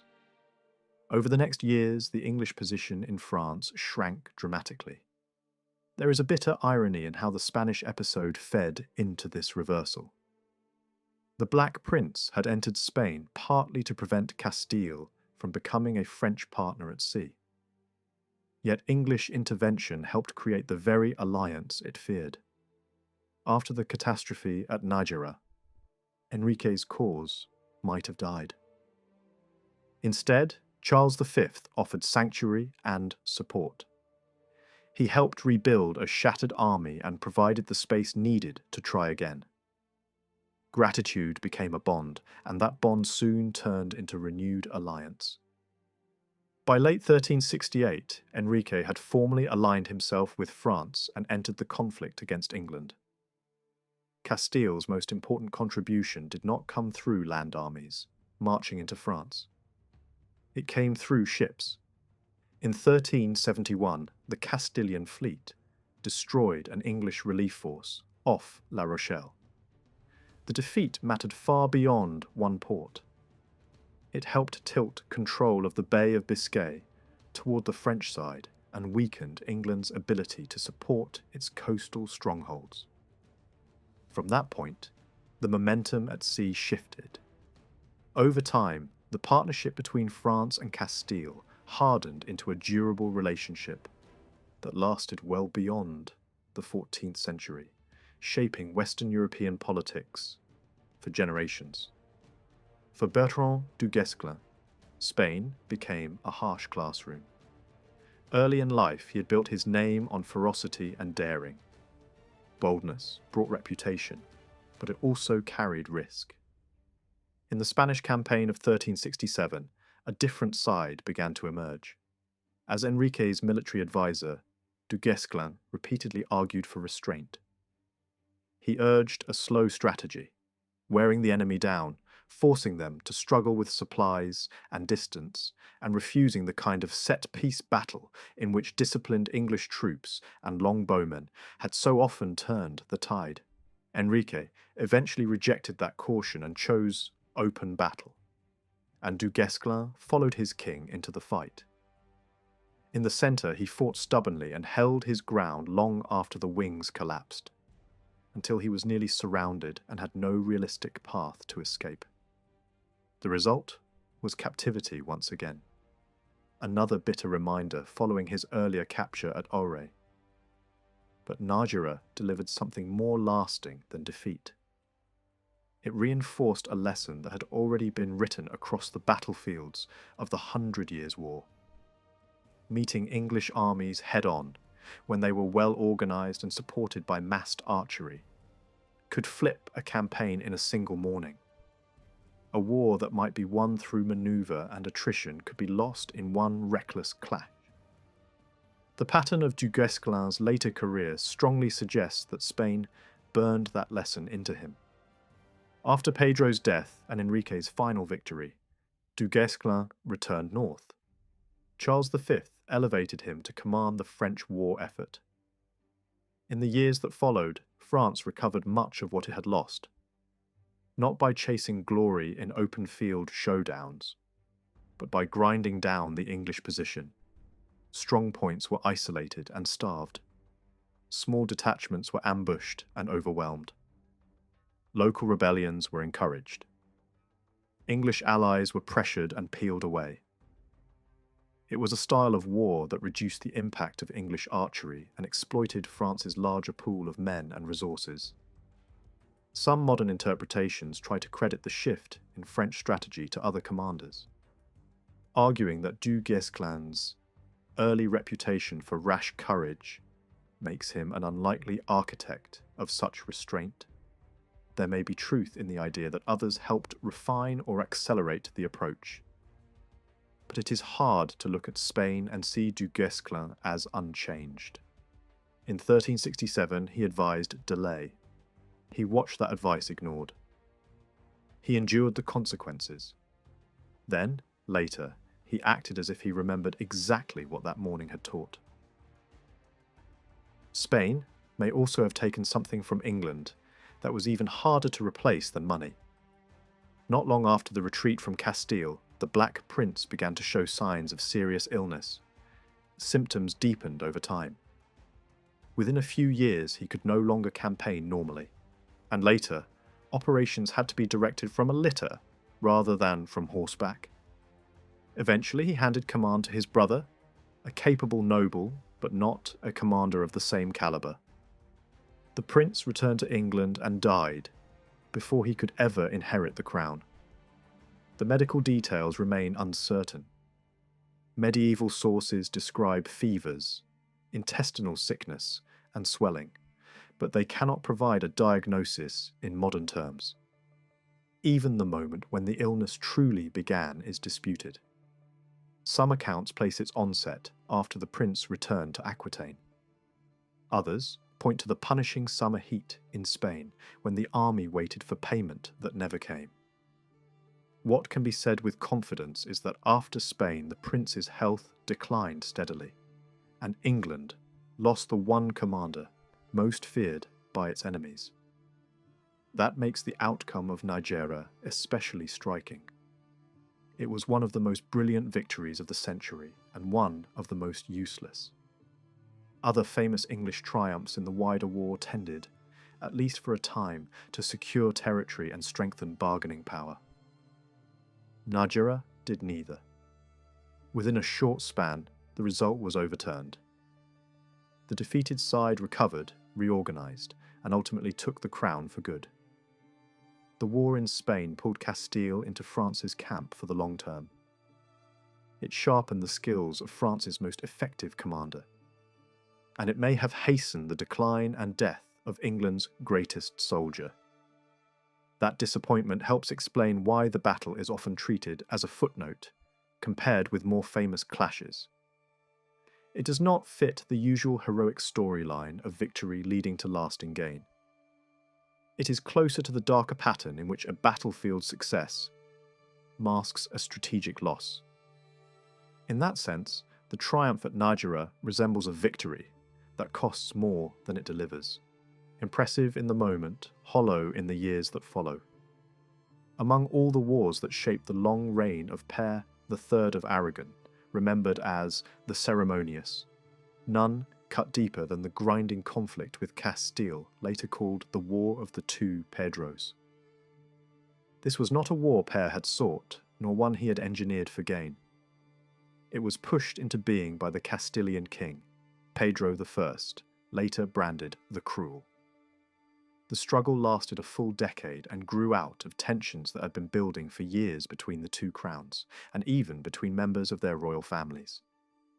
In an age already filled with suspicion and frustration, it is striking that a war so costly could be ignited by an incident that, on its face, looked small. But once the first blow landed, the conflict spread fast and wide, and the borderlands paid the price. This story is best understood not only through the decisions of kings, but through the way a specific frontier region learned to live with danger. The focus here is the southern Valencian border zone, loosely described as the district around Xixona. It included major towns such as Alicante, Orihuela, and Elche, yet its real importance came from geography. It sat along a long, thinly protected border with Castile, a frontier difficult to seal and easy to raid. In many ways, this strip of land became a miniature version of the wider war, showing how a decade of intermittent violence reshaped politics, logistics, loyalty, and everyday survival. The spark came in 1356, not from a grand invasion, but from a clash at sea near the Castilian port of Cadiz. A Catalan privateer named Frances de Pedros, operating in a wider maritime struggle that involved French interests against the English, seized 2 merchant ships from northern Italy. He claimed they were linked to Genoa, an enemy of the Crown of Aragon at the time, and therefore fair targets. The capture happened right under the eyes of King Pedro of Castile, who was present in Cadiz. Pedro demanded the ships be released. Pedros refused. What might have ended as a humiliating but manageable dispute instead became a fuse. In the Mediterranean world, such incidents were usually contained by diplomacy. Apologies were offered, compensation was negotiated, or limited retaliation was accepted, and then the quarrel was formally closed. Declarations of war were not the normal outcome. Père followed what would have been the expected route. He expressed regret, promised an investigation, and signalled that the offender would be punished. Pedro chose a different path. Rather than settle for compensation or ceremony, he moved toward open conflict, to the shock of Pére's court. The privateer incident at Cadiz had become the excuse for something larger. Pedro acted quickly. Catalan merchants inside Castilian ports were imprisoned and their goods were seized. Even before an official declaration, raids and hostile moves began. During the summer, Père received envoys carrying a catalogue of grievances. The Cadiz affair sat near the top, but it was not alone. There were complaints about Catalan corsairs attacking shipping near the Guadalquivir, accusations that Aragon had supported Castilian political enemies, and anger over Pére's refusal to recognise certain religious military order leaders within his own territories. Pére's replies did not satisfy Pedro. A final envoy arrived with a letter that effectively announced war, and by then, fighting had already begun. Père accepted the message because the reality it described was already burning. Valencia, one of Pére's most exposed realms, reacted at once. Warnings arrived that Castile might strike with a naval force, possibly aided by Pére's own stepbrothers, Ferran and Joan, who were aligned with Pedro. Valencia's leaders formed an emergency committee to run defence preparations.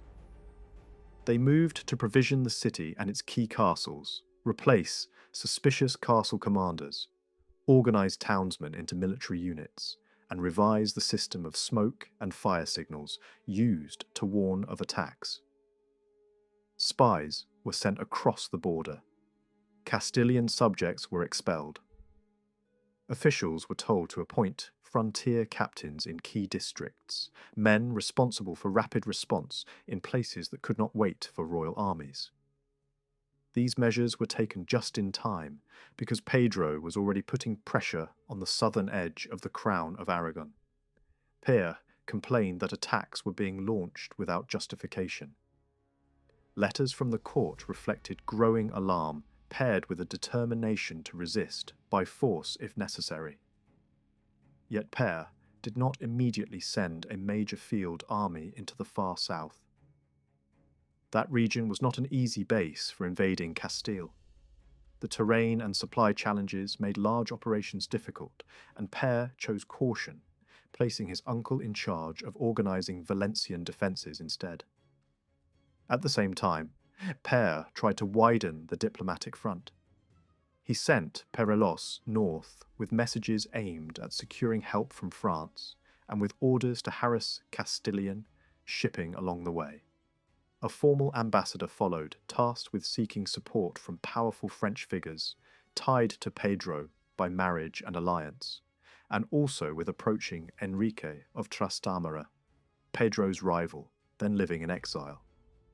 The offer was simple: land and money in exchange for service. The ambassador also carried another unpleasant duty, trying to collect debts the French crown already owed Père. These moves were ambitious, but fate cut them down. The great battle at Poitiers shattered the French court's ability to help. Major leaders were killed, the French king was captured, and the diplomatic game shifted overnight. Even so, the Aragonese mission did salvage something: neutrality from Navarre and the service of key marcher lords in the Pyrenees. Men whose influence could matter along mountain routes and border corridors. While envoys rode and courts argued, the southern Valencian frontier prepared for impact. In this district, the situation was complicated by internal loyalties. Much of the region was still under the influence of the princes Ferran and Joan, who were hostile to Père and aligned with Pedro. That meant many local leaders focused less on attacking and more on simple survival. Orihuela, for example, tightened control over food and horses, ordering grain stored inside the town. Citizens were sorted into armed groups, mounted men identified for rapid response, and footmen organised into companies assigned to guard specific towers. Walls were repaired, moats maintained, and gates secured. Houses built too close to the walls were torn down to deny attackers cover. Each household contributed financially to the labour force doing the work. Supplies were stockpiled: stone, iron, timber, hemp, resin, and even materials used for arrow making and poisons. Livestock was moved to safer pastures near the town. Sentries were posted, patrols organised, and lookouts kept watch from nearby heights. Local diplomacy mattered too. Orihuela shared borders with neighbouring places that remained loyal to Pere, and there were attempts to coordinate warning systems, smoke signals, and relayed alerts that could move information without exposing it to enemy eyes. Yet events moved too fast for careful systems to matter. Castilian forces struck hard along the frontier in the summer of 1356, sacking towns and shaking the region. In the opening stage of the war, many communities between Jumilla and the Valencian border ended up tied to Ferran and, through him, to Castile. Valencian officials and city leaders urged Orihuela to remain loyal to Pere and resist Pedro and Ferran. But words had little effect. Loyalty in the borderlands was not always decided by banners or legal claims. It was shaped by local power and immediate threat. Orihuela did not abandon Ferran, and Alicante soon became the next turning point. When Pedro arrived with a modest force, mounted troops, and a small group of poorly armed galleys, Alicante opened its gates. Pere did not rush south recklessly. He watched and waited, hoping the Castilian king would overextend himself by crossing the mountains that separated the heart of Valencia from this frontier district. But Ferran moved to tighten his hold. With a larger body of troops, he captured Orihuela and tried to present himself not merely as Pedro's agent, but as a leader who could revive older political discontent inside the Crown of Aragon. He played to resentment, invoking the memory of past internal struggles and blaming Pere for a string of wars that, in Ferran's story, had drained the realm through taxes and burdens. He attempted to push towns into obedience through proclamations, demanding they follow him rather than their king. In some places, this propaganda fell flat. In Biar, the reaction was open hostility. Arrows met the prince's message. That failure gave Pere something valuable, proof that Ferran's campaign was not simply a border dispute, but a political challenge to royal authority. Pere used it as justification to confiscate his stepbrother's lands and brand them as traitors. Ferran's guilt, in Pere's view, was doubled because he had helped deliver Alicante, a critical gateway to Valencia, into the hands of Castile. Yet war on the frontier rarely moves in one direction. Aragonese forces under local commanders retook Alicante when the town opened its gates again, this time to Pere's side, in exchange for privileges and guarantees. The crown renewed the town's rights, and one promise stands out. The inhabitants were to be protected from any future accusation of betrayal for having surrendered earlier. Anyone who tried to punish Alicante for that surrender would face the harshest penalty. This reveals something important about medieval allegiance. Loyalty to a local lord could bind a community even when it collided with loyalty owed to the king, and towns feared being crushed later if the political wind shifted again. Even after recovery, Alicante remained a fragile outpost. It was surrounded by hostile territory and could not rely only on local harvests. It needed grain and supplies brought by sea or overland, and that demanded special permissions and economic relief. The crown allowed the town to purchase food across the realm without paying the usual taxes and tolls, a practical recognition that holding the place depended as much on logistics as on walls. In early 1357, the fighting flared again. Castilian troops besieged Alicante, while Ferran and Joan raided elsewhere into Valencian lands. Reinforcements moved into the frontier. Ferran then tried to seize Jumilla, but the town resisted long enough to turn the operation into a slow grind. The siege dragged on for months and required outside support, including large numbers of Muslim horsemen and militia forces from Orihuela. Eventually, starvation broke the defence and Jumilla surrendered. The timing, however, turned the victory into a legal argument because a truce had been agreed by the two kings just days earlier. One side argued the capture was invalid. The other insisted it was legitimate because news of the truce had not reached the frontier when the town fell. On a distant border, law travelled slower than hunger. Despite such episodes, this district remained a secondary theatre in the first stage of the war. The larger struggle was being contested elsewhere, with Pedro probing along broader fronts and committing heavier forces. Contemporary accounts describe Pedro fielding substantial cavalry strength, reinforced by Muslim light horsemen and large numbers of infantry. Pere's available mounted force was far smaller, and his resources were strained. His uncle warned him against risking a pitched battle. Pere argued the opposite, that a decisive clash might be the only way to survive financially, and that Pedro's youth and internal divisions might make him vulnerable. The rhetoric was bold, invoking tradition and divine favour, but bold words did not produce a battle. Each side later blamed the other for avoiding an engagement. Pere claimed he had waited and Pedro refused to fight. Castilian voices suggested Pere delayed and backed away while Pedro was ready. Considering Pedro's later pattern of caution in open battle, it is plausible that Pere's version carried weight. Either way, the first stage of the War of the Two Pedros did not open with a decisive clash between kings.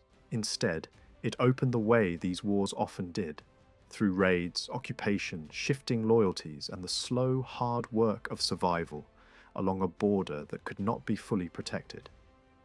By early 1357, the first year of the war was winding down, yet the borderlands were still raw from raids and sudden occupations. In February, a papal envoy, Cardinal Guillaume de la Juge, arrived in Zaragoza to try to stop the conflict before it hardened into something permanent. The talks were not symbolic. For 3 months, negotiators pushed through tense arguments and fragile compromises until a truce was finally arranged. It was meant to last a year and, if all went well, to become a real peace settlement rather than a pause between campaigns. The truce came with a strict mechanism. During the opening stage, the papal envoy would take temporary control of the towns and fortresses seized by both sides and by their allies, so neither king could use the ceasefire to quietly strengthen his grip. The moment the process began, Pedro of Castile tried to turn the negotiations into an advantage by pressing for a new frontier in Murcia. Pere answered by anchoring his position in older agreements and insisting the disputed lands were not open for rewriting. The argument was more than legal. It was about whether the truce would restore the previous balance or quietly redraw the map. From mid-May 1357, Pere followed the truce rules in a way that left him exposed. He handed over Alicante and other positions his forces had recovered, placing them in the envoy's custody, as required. Pedro did not respond in kind. He refused to truly relinquish key border strongholds he had captured. Instead of withdrawing, he performed a gesture that looked like compliance without surrendering control, handing over keys and offering formal respect to the envoy while keeping troops in place. The result was simple. Important sites remained in Castilian hands. The papal envoy treated this as a breach serious enough to escalate. Pedro was placed under the church's full pressure. excommunication was announced, and his lands were placed under religious sanctions. When months passed and Pedro still did not yield, the envoy imposed a massive fine promised under the truce terms, a sum designed to punish refusal and force compliance.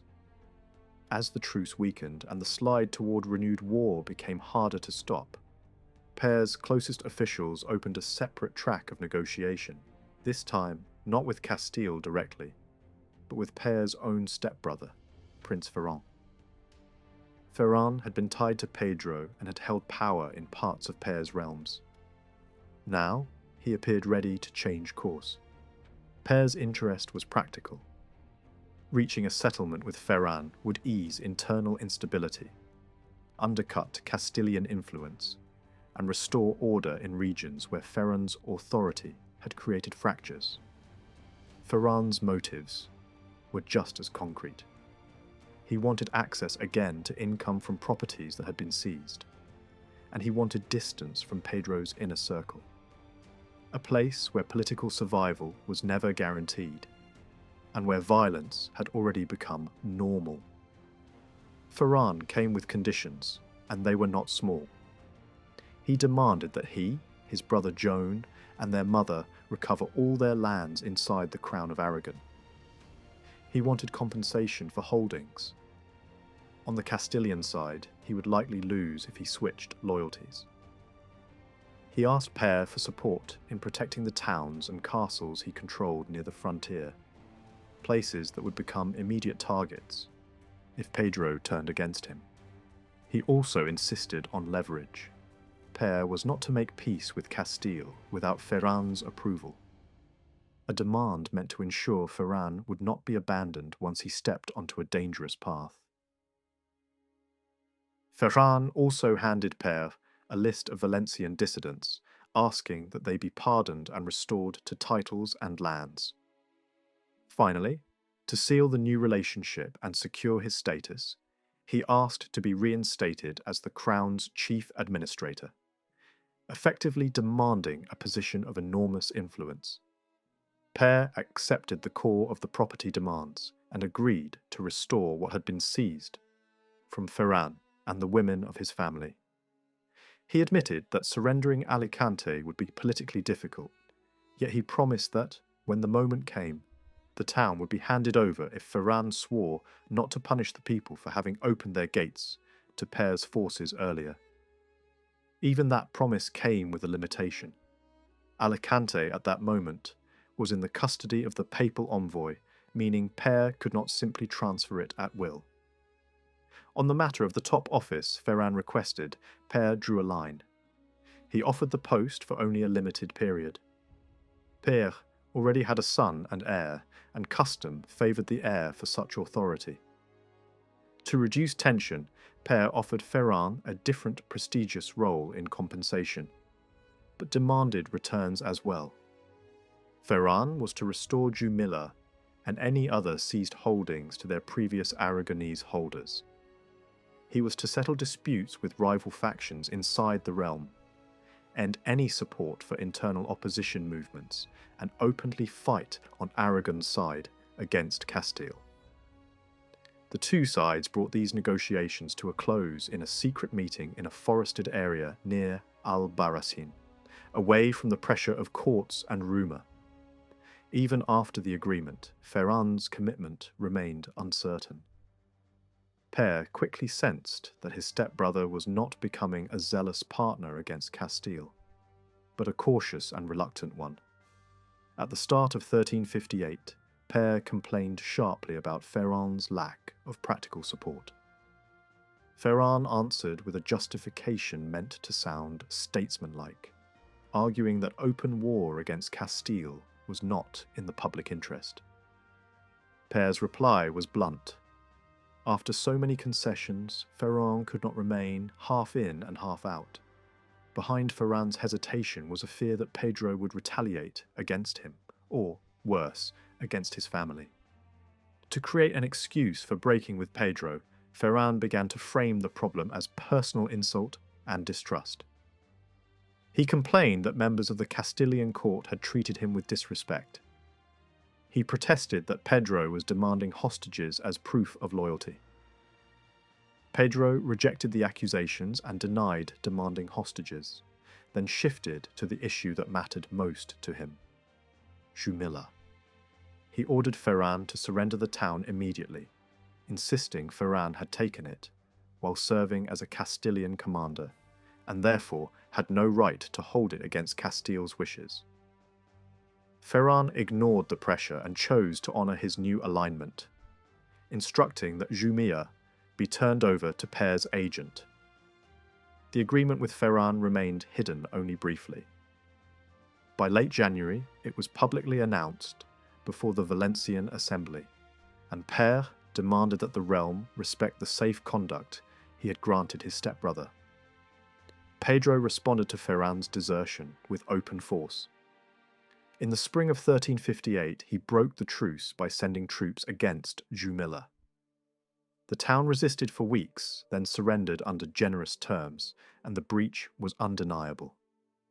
Pere immediately demanded that the papal envoy return Alicante and other strongholds, arguing that the truce had been shattered in practice. With diplomacy losing its restraining power, Pere moved quickly to punish Murcia, a region Pedro used repeatedly as a staging ground.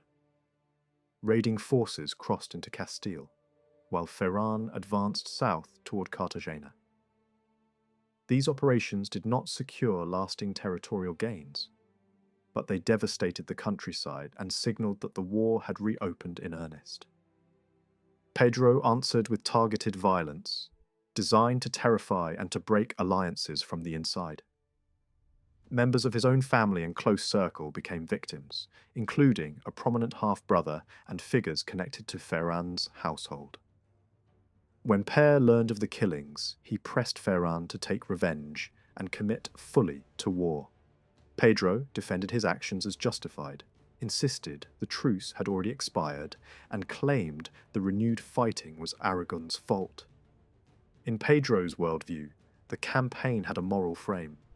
He presented himself as acting with divine approval and cast Pere as a ruler destined for ruin. Pere's response was furious and detailed. He pointed out that Pedro had begun the war in the first place and had undermined the truce by refusing to truly surrender important border positions. He cited the brutal seizure of towns that had been tied to Aragon for generations. He condemned Pedro's recent political killings and argued that ordinary retainers and soldiers should not carry the burden of rulers' personal crimes. Then Pere made a theatrical proposal common in medieval political imagination. Let the war's outcome be decided by a formal combat between selected champions from both sides. Like many such proposals, it produced no resolution. While Pedro prepared brutality and raids, Pere used the earlier truce period to build a wider diplomatic safety net. He sought support beyond Christian courts, reaching out across the sea to North Africa, aiming to counter Pedro's influence with Granada. Church officials criticized such alliances, calling them opportunistic. Pere answered with a practical defense. Castile had already used Muslim troops in war, and Aragon could not afford to fight with one hand tied. Pedro tried to disrupt this new alignment. He did not fully succeed, yet he obtained assurances that the North African ruler would assist Castile in campaigns directed against Ferran. This interference forced Pere to send another embassy, explaining that Ferran's southern lands had historical claims, and that Ferran was their rightful lord. Pere also tried to secure an agreement with Granada, hoping to remove at least one threat from the board. He notified Granada's ruler that Ferran had returned to Aragon's service and that the frontier districts under Ferran's authority should be shielded by existing truces. The effort yielded little. Granada remained closer to Pedro and signalled that Castile would be supported whenever the war intensified again. Pere's attempts to draw Portugal away from Castile similarly failed, leaving Pedro with friends and Pere with worries. Inside Pere's own domains, the king also worked to neutralise potential internal dangers. Some local lords leaned toward Castile, either out of calculation or old ties. One prominent example was the Lord of Petre, who resisted pressure to remain loyal to Pere and continued to assist Castile once the fighting resumed. That choice had consequences. Petre became a target, and forces aligned with Ferran moved against it. At the same time, Pere used the truce years to settle ownership and control of contested towns within his own realm. Elche and Crèvillent had been left without a clear lord after a killing that had removed their previous holder. Pere ordered Ferrand to occupy them in the crown's name, arguing that the earlier lord had died without a male heir. The towns submitted to royal officials, but Ferran challenged the crown in court, claiming the properties had been left to him. The crown ultimately won the dispute and reclaimed the towns, later assigning them to Pere's younger son, while placing their administration under the queen because the boy was still a minor. By late summer 1358, Pedro decided to carry the war directly into Ferran's southern Mercian lands, turning that region into the central stage for months. Reports reached Pere that Pedro had already invaded with a combined force, a fleet, and a sizable body of cavalry. Pedro's men ravaged the countryside around Orihuela, then landed siege equipment and troops to attack Guadamar. The town fell quickly, but the castle held. Then nature intervened. A storm struck the fleet while it was largely unmanned, destroying most of the ships and leaving Pedro with only a fraction of his vessels. With his supply line shattered and sea power crippled, he withdrew toward Murcia, burning what he could not take and losing much of the naval force that had carried the campaign. Orihuela's leaders did not dare a full confrontation with the retreating army, yet they harassed the rear, striking where they could. Pere reacted by ordering a relief force south under Ferran, but the situation revealed another problem of border warfare. Help came late and left early. A Valencian unit arrived first, and the town begged it to remain. The commanders refused. They had received news that Pedro was now moving elsewhere and decided the frontier district would have to endure on its own. Orihuela's leaders were furious. They warned that Castilian garrisons in Murcia would inevitably renew attacks once they learned the relief force had gone. That prediction proved accurate. Over the next months, while the main theatre shifted north, Orihuela's lands lived under constant threat from raids launched out of Murcia. A large Castilian force swept through, overrunning villages, sacking towns, burning hamlets, and stripping the countryside of livestock. Refugees clustered in castles and walled spaces. The raiders carried prisoners and cattle back to Murcia, and one detail alarmed Orihuela more than most. Some captives ended up in the hands of Granadan troops, who were willing to sell prisoners into slavery without hesitation. Orihuela responded with its own threat, announcing that Castilian prisoners held by the town would be sold to North African slave traders, unless Castile restrained the fate of Orihuela's people. It was a brutal logic, but on that frontier, fear and bargaining often spoke louder than treaties. More raids followed in late 1358 and early 1359, some beaten back, others successful enough to keep the countryside unstable. Orihuela scored ambushes and repelled certain commanders, and frontier officials captured or cut down smaller cavalry units, yet the pressure never truly stopped. Castilian raiders continued to strike the hinterland, and even counterattacks carried a price.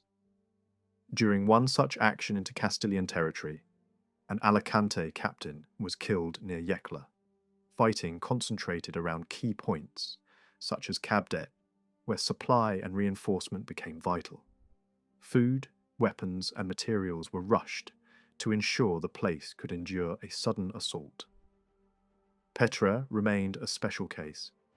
Though it lay under Pere's broader authority, it supported Pedro and in reprisal it was besieged at the start of 1359 by forces under Ferrand.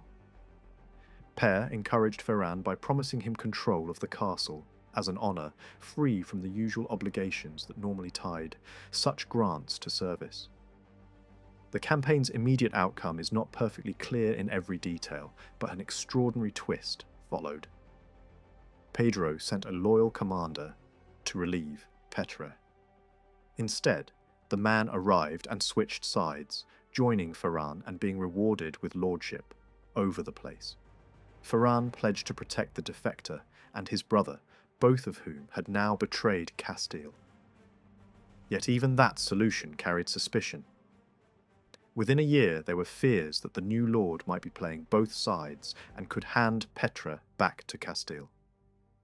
Père ordered Ferrand to secure the castle directly, urging him to pressure the new lord into surrendering it and to recruit the brothers' help if needed. On this frontier, alliances were never permanent, and even a victory could turn into a new anxiety by the next season. While small raids and shifting loyalties kept the district of further Girona uneasy, Pedro was preparing something far larger. In Seville, he began gathering an expensive fleet, drawing ships not only from Castile, but also from Portugal and Granada. The plan was clear: a major naval strike against the eastern coastline. Pedro invested his hopes in this operation and showed little patience for the peace efforts now being pushed by a new church mediator, Cardinal Guy de Boulogne. The demands Pedro placed on the table were not the kind usually offered in a negotiation between equals. They read like the terms of a surrender. He wanted a specific Catalan captain handed over to him. He demanded that Castile's political enemies be driven out of Aragon's lands, including the powerful Trastamara faction. He also insisted on the return of a chain of towns and castles along the southern frontier: Orihuela, Alicante, Guadamar, Elche, Crevillente, and control of the entire Val d'Elda. Pere could not accept such conditions without conceding the frontier outright. Even so, Pere tried to keep a door open, offering to place the dispute over further Girona under papal judgment. Pedro ended the talks anyway, and then made the situation darker by ordering the killing of several high-ranking women connected to the rival networks of power. The message was unmistakable. Diplomacy would not restrain him, and fear could be used as a tool of policy. Once free of any remaining diplomatic limits, the fleet sailed from Seville in the middle of April. It was a huge armada by the standards of the time, more than 100 vessels of different sizes, with a small number of Granadan warships alongside them. The force paused at Algeciras, expecting to be joined by the Portuguese contingent. When those ships did not appear on time, the fleet continued on to Cartagena. Word reached Orihuela by the end of April that the Armada had arrived there, and Ferrand reacted by strengthening coastal defences, especially around Alicante and Villajoyosa, where a landing could quickly become a siege. In mid-May, the fleet finally moved, sailing toward Guadamar. The town was attacked from both sea and land and gave in after only a few days. The speed of the fall immediately created suspicion on Pére's side. Père began to wonder whether the town had been surrendered through betrayal, and he directed anger at parts of Ferrand's garrison, especially soldiers of Castilian origin, implying that they had not carried out their obligations or had allowed the defence to collapse. In at least one letter, Père hinted that the defenders had consented to the handover, suggesting pressure or persuasion from within. Advisors urged Père to punish the Castilian contingent by withholding pay and redirecting funds to Catalan troops. Père hesitated, refusing to act without Ferrand's approval. Even so, Pére's later treatment of Guadamar suggests a more measured view. The townspeople were not necessarily accused of deliberate treason, but of failing to resist strongly enough in a crisis. Ferrand was far less restrained. After the fall of Guadamar, he seized property from several townspeople and redistributed it to his supporters. Later, after Ferran's death, when the town passed under Pere's direct authority, Pere also took over some of these confiscated assets, possibly because the men who had benefited from Ferran's seizures were themselves considered unreliable. In the borderlands, property was never just property. It was punishment, reward, and leverage, and it changed hands whenever the political weather shifted. After Guadamar, the Castilian fleet sailed north, passing Valencia and moving up the Catalan coast. This time, the Portuguese squadron joined it, turning the expedition into a combined naval force. With numbers on its side, the Armada struck at Barcelona. The attack achieved little. The city did not fall, and the invaders withdrew without the decisive result Pedro had been seeking. They then shifted toward the Balearic Islands and laid siege to Ibiza, hoping for an easier prize. That effort ended the same way. A Catalan fleet appeared under Pere's leadership, and the attackers pulled back once more, forced to retreat in a way that made the entire campaign look far less triumphant than Pedro had intended. The fleet turned south again, pursued and harassed by another Catalan squadron. It anchored for a time at Calpe, and from there a force landed and moved overland, skirmishing all the way to Alicante. The movement was enough to trigger alarm at the highest level. Queen Eleanor, reading the situation as a possible prelude to a full amphibious siege of the city, wrote urgently to local officials and demanded that a relief force be assembled. In the end, the feared assault did not come. The fleet returned to its base without attempting a major attack on Alicante. But the damage had been done in another way. The coast had been shaken, the frontier had been tested, and panic had spread along the line of vulnerable towns. With the southern edge of the realm again exposed, Pere responded in early September by sending mounted companies under Pere de Zerica to protect the territory around Orihuela, Elche, and Crevillente. Yet the pattern of the war soon reasserted itself. Help often arrived late, and it rarely stayed long enough to change the balance. By the end of September, Queen Eleanor complained that the region still lacked real protection. Ferran had gone north to serve on the Aragonese frontier, and he had not left behind even the small detachment of cavalry he had promised to guard Crevillente. The Queen pressed hard. Pere sent an inspector to examine the garrisons at key fortresses, then ordered that these places be stocked with supplies and ammunition. To make this possible, Elche and Crevillente were allowed to raise money by selling confiscated Castilian property, or by borrowing funds at harsh interest rates. In other words, the frontier was told to survive by mortgaging its future. Even this did not solve the immediate problem. The Queen eventually persuaded Ferran to send a small group of cavalry to Elche, but the uncertainty continued. Months later, she was still asking for the same officer to take up his post with a larger mounted force. The difficulty was not simply willpower. The entire war pulled men and money toward whichever front seemed most urgent at a given moment, and the southern towns were repeatedly treated as a place that could endure with minimal support, until disaster threatened. For a time, the southern frontier grew quieter as the main campaigns shifted north toward the Aragonese border. Pere's captains won notable successes elsewhere, giving the impression that momentum might be turning. Then the new year brought a reversal. Aragonese fortunes faltered in a major fight, and Pere's army suffered a serious defeat. By the end of May, attention returned to further Girona once more. Both sides began manoeuvring again across a thinly defended landscape where a determined raid could do more damage than a formal siege. One major weakness now became unavoidable. The cavalry hired for frontier defence had been funded only for a limited term, and that term had ended. The mounted soldiers were gone. Queen Eleanor tried to replace them, but replacements did not arrive in time. the consequences were immediate. A large force of Castilian and Muslim horsemen struck the outskirts of Orihuela, focusing on the suburb that had been enclosed, with walls only a couple of years earlier.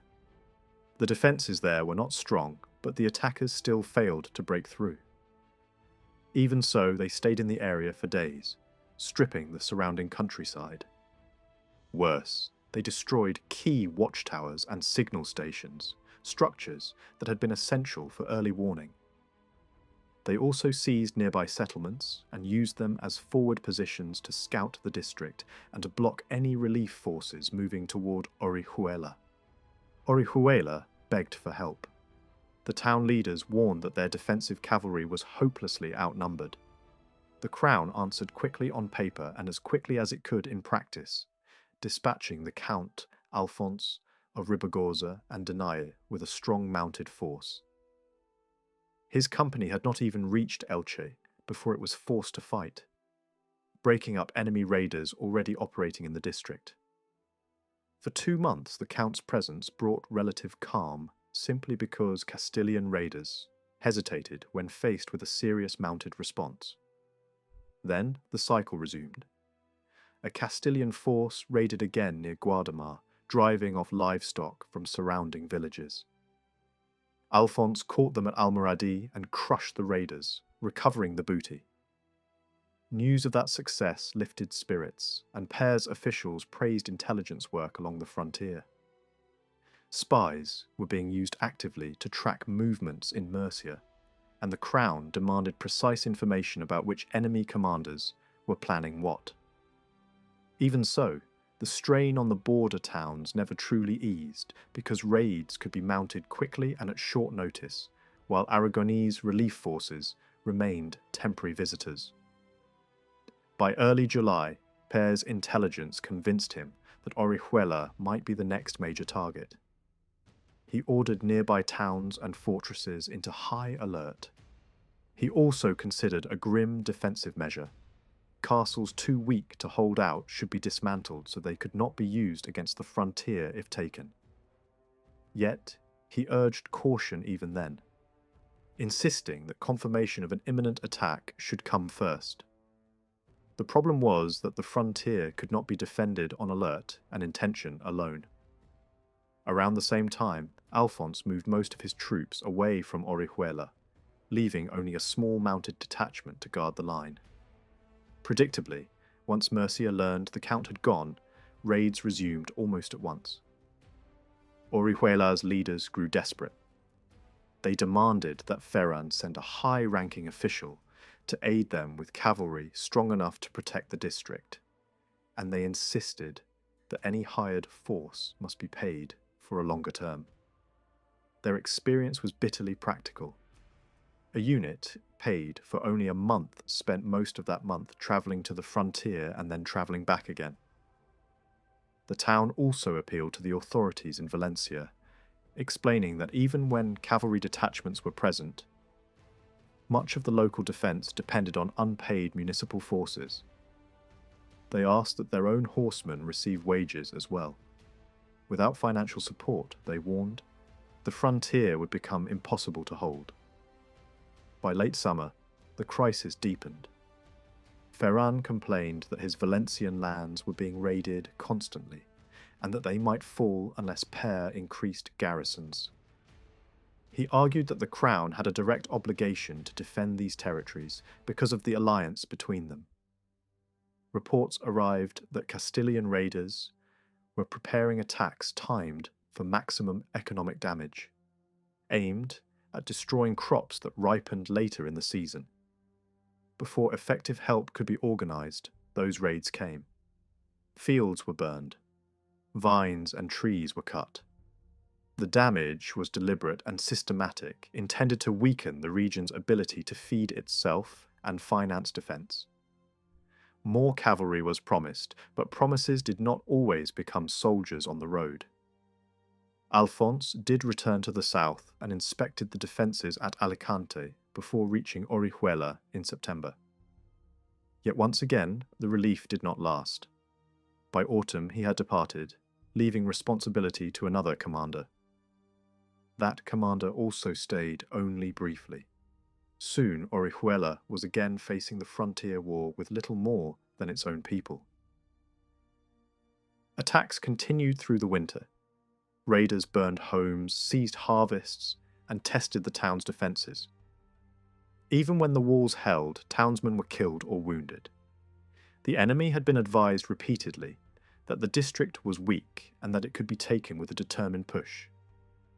That knowledge fed panic among the population, especially as raids became frequent and unpredictable. Finally, in early 1361, the government acknowledged the danger and appointed a frontier captain with a substantial mounted force. Yet the same strategic problem remained. The wider war pulled troops north whenever Pedro's main army threatened another sector. Within weeks, the captain withdrew with his men to the new front, leaving Orihuela exposed yet again.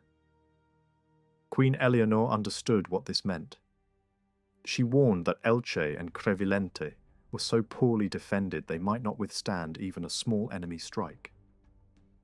Pedro eventually agreed to establish a more permanent mounted garrison for Orihuela, but the decision did not immediately translate into real protection.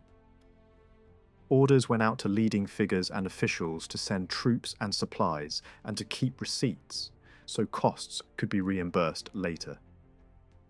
Pedro feared that if Alicante fell, the entire frontier line would unravel and Valencia itself would be endangered. Yet despite these urgent commands, fresh troops still failed to appear. The result was predictable. Another raid burned crops and vineyards in the spring, and Orihuela could do little to stop it.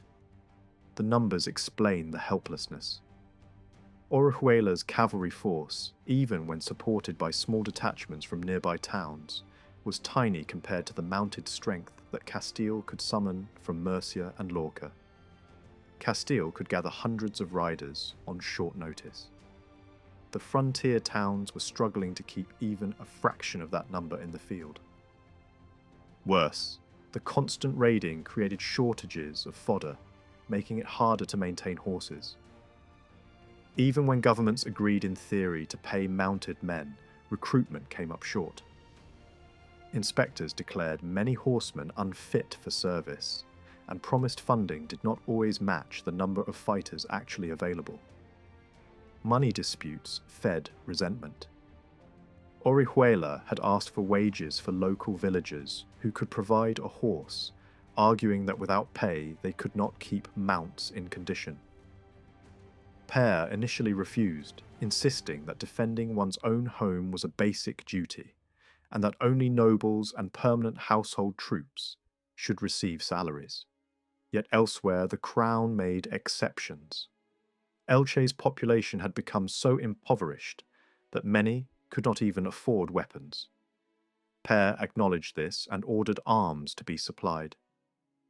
Over time, he agreed to fund a small standing mounted force for Elche as part of the region's required contribution to defence. Even there, the town demanded that these soldiers be recruited locally, rather than brought in from outside. Eventually, Pedro instructed Ferran to raise horsemen from the town and to pay them as promised. Across the southern frontier, the same reality remained. Defence was being patched together from temporary detachments, local militias, and desperate financing. Raids did not merely destroy buildings and crops. They wore down institutions, emptied treasuries, drained manpower, and turned every month into a new bargaining crisis. In such conditions, survival depended less on one great battle than on whether a town could keep enough men mounted, enough walls repaired, enough grain stored, and enough warnings sent before the next wave of riders crossed the border. Across the long years of fighting, the towns along Valencia's southern edge tried to survive two pressures at once. On one side stood the enemy raids that destroyed fields, frightened families, and made daily life uncertain. On the other stood the demands of their own government, which expected taxes for defence and regular service from a population already stretched to the limit. The frontier communities pushed back constantly. They argued that they should not be paying the same defensive burdens as towns far from danger, because the frontier was already paying in a different currency. Lost harvests, burned buildings, prisoners taken, and men who spent nights on walls rather than in their homes. Again and again, local leaders insisted that the war had drained them so deeply that there was little left to collect. They pointed to the work they were already performing: guard duty, scouting, maintaining watch systems, arranging ransoms, and organising emergency defence as proof that they were contributing enough. When petitions were ignored, the warnings grew sharper. If the pressure continued, they said, people would abandon their houses and the border would be left open. The Crown did not respond equally to every request. When towns asked for complete tax relief, the answer was usually no. When they asked for wages for mounted townsmen who could provide a horse and weapons, the answer was more often yes. That difference mattered. Tax relief would have helped the entire population, including the poor who had no horse and no armour. Wages, by contrast, helped a narrower group mainly, those with enough resources to field a horse in the first place. In practice, this meant that hardship was softened for some, while the wider burden remained. By early autumn of 1359, Queen Eleanor, administering these lands in the name of the young Prince Marti, admitted that she could not simply cancel the taxes demanded by the inhabitants of Elche and Crevillente. She presented it as a matter beyond her authority, something that required the approval of the realm's political assembly. Pedro himself tried to intervene, arguing that the towns of further Girona deserved relief because the war had damaged them so severely. If these places emptied out, he warned, holding the frontier would become even harder. The deputies in Valencia were not persuaded. They did not grant the exemption, and Orihuela, facing the same kind of pressure, tried to evade the assessment. When officials arrived to count households for taxation, the town resisted, but resistance did not produce the exemption it wanted. Even with these failures, Orihuela did manage to win something important: paid cavalry. In the summer of 1360, the town council described the state of its defences to Ferran, who passed the message upward. The argument was hard to ignore. The countryside had been repeatedly looted. Crops had been carried off or destroyed. A harvest could be lost in a single raid. And without a harvest, there could be no money, no fodder, and no ability to keep horses fit for service. In the end, Pedro approved wages for up to 60 cavalrymen, at a daily rate that made service sustainable. This was a reversal.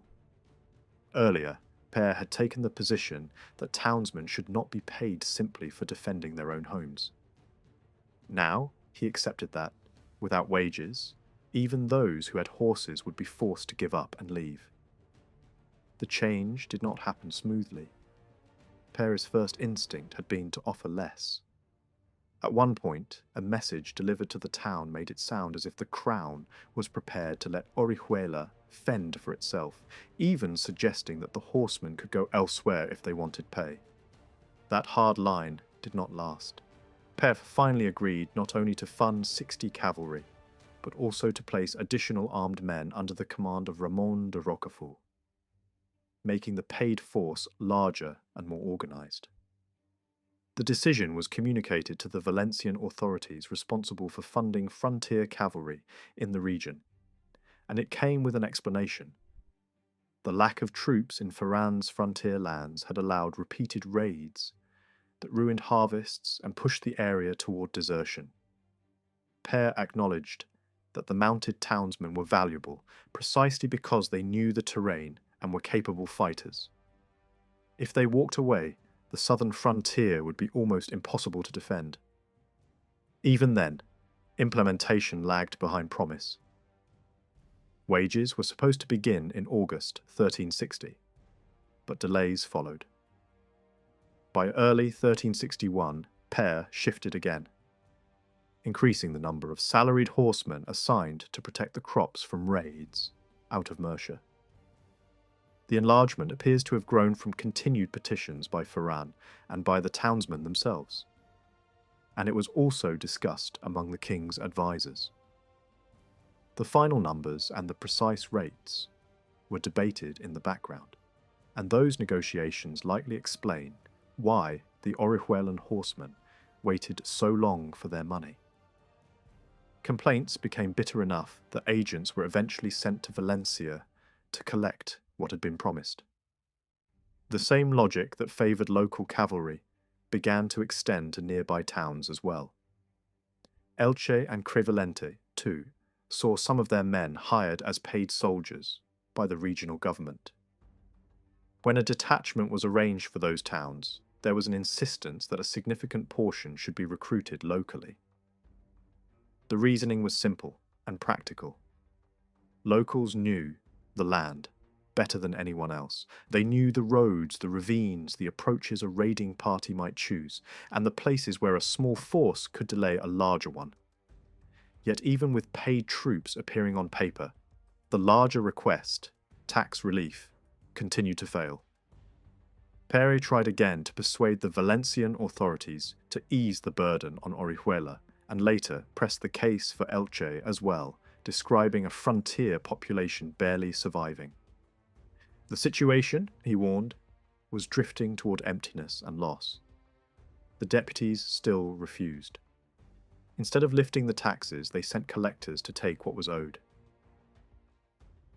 This threat of depopulation was not theoretical. People were leaving despite bans meant to stop them. Town criers announced orders that threatened confiscation of goods for those who fled and penalties for anyone who bought or rented the abandoned properties. The goal was clear: prevent a slow collapse of the frontier by making flight expensive. At the same time, the Crown understood that coercion alone would not keep people in place. To encourage residents to stay, compensation was authorised for families whose homes outside Elche's walls had been destroyed as a defensive precaution during earlier fighting.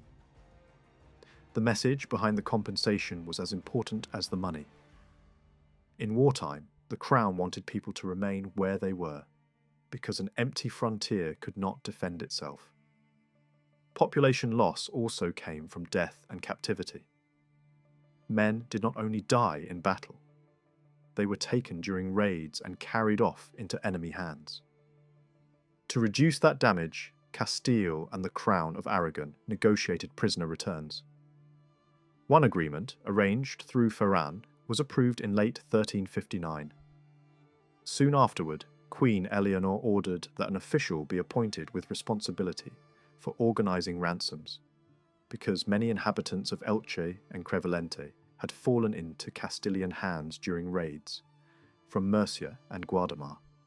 Ransom, in practice, became one of the frontier's regular expenses, another cost of war borne by towns that were already running out of money.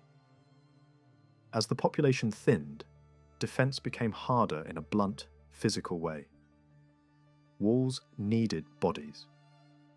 Orihuela struggled to find enough men to man its defences. Elsewhere, entire sections of settlements were abandoned because they could not be held. In Alicante, a fortified outer area near the castle had to be given up. The Crown tried to reverse the decline by encouraging new settlers. Ferran was authorised to recruit men from across the kingdom to move into the abandoned zone. Incentives were offered. Debts would be suspended for years, with longer grace periods for people coming from certain jurisdictions. It was an attempt to rebuild a living buffer around the fortress, because a castle surrounded by empty streets was far easier to isolate and starve. Life in the countryside became the central weakness. The region depended on nearby farms for food and fodder, and raids targeted exactly those resources. Enemy forces did not need to capture a major city to win advantage. They could burn grain, cut down vines, destroy olive trees, and make normal agriculture impossible. Fields were abandoned because working them became too dangerous. The result was a supply crisis. Food had to be brought in from outside districts. In 1360, Pedro tried to secure grain for the entire area by ordering that cereals be transported freely from other regions. But even that solution had limits. Orihuela, for example, often could not receive what was meant for it, because constant raiding made travel dangerous and disrupted supply lines. The town was pushed into a condition that resembled siege, and this pressure would continue year after year. In the background, high politics shifted the war's rhythm. Dynastic turns weakened Pedro's ties with Granada for a time. Under pressure from the church mediator, Pedro accepted a peace with Pere, and the agreement restored conditions close to what had been expected under earlier truces. The treaty was formally accepted in the spring of 1361. Yet it offered little real rest. Almost immediately, both rulers began searching for new allies, preparing for the next round. The frontier towns, already battered, had barely begun to breathe when minor border incidents returned by late summer. Pedro's behaviour reinforced the sense that treaties could be temporary masks. Small raids and provocations signalled that full war could restart at any moment, and restart it did.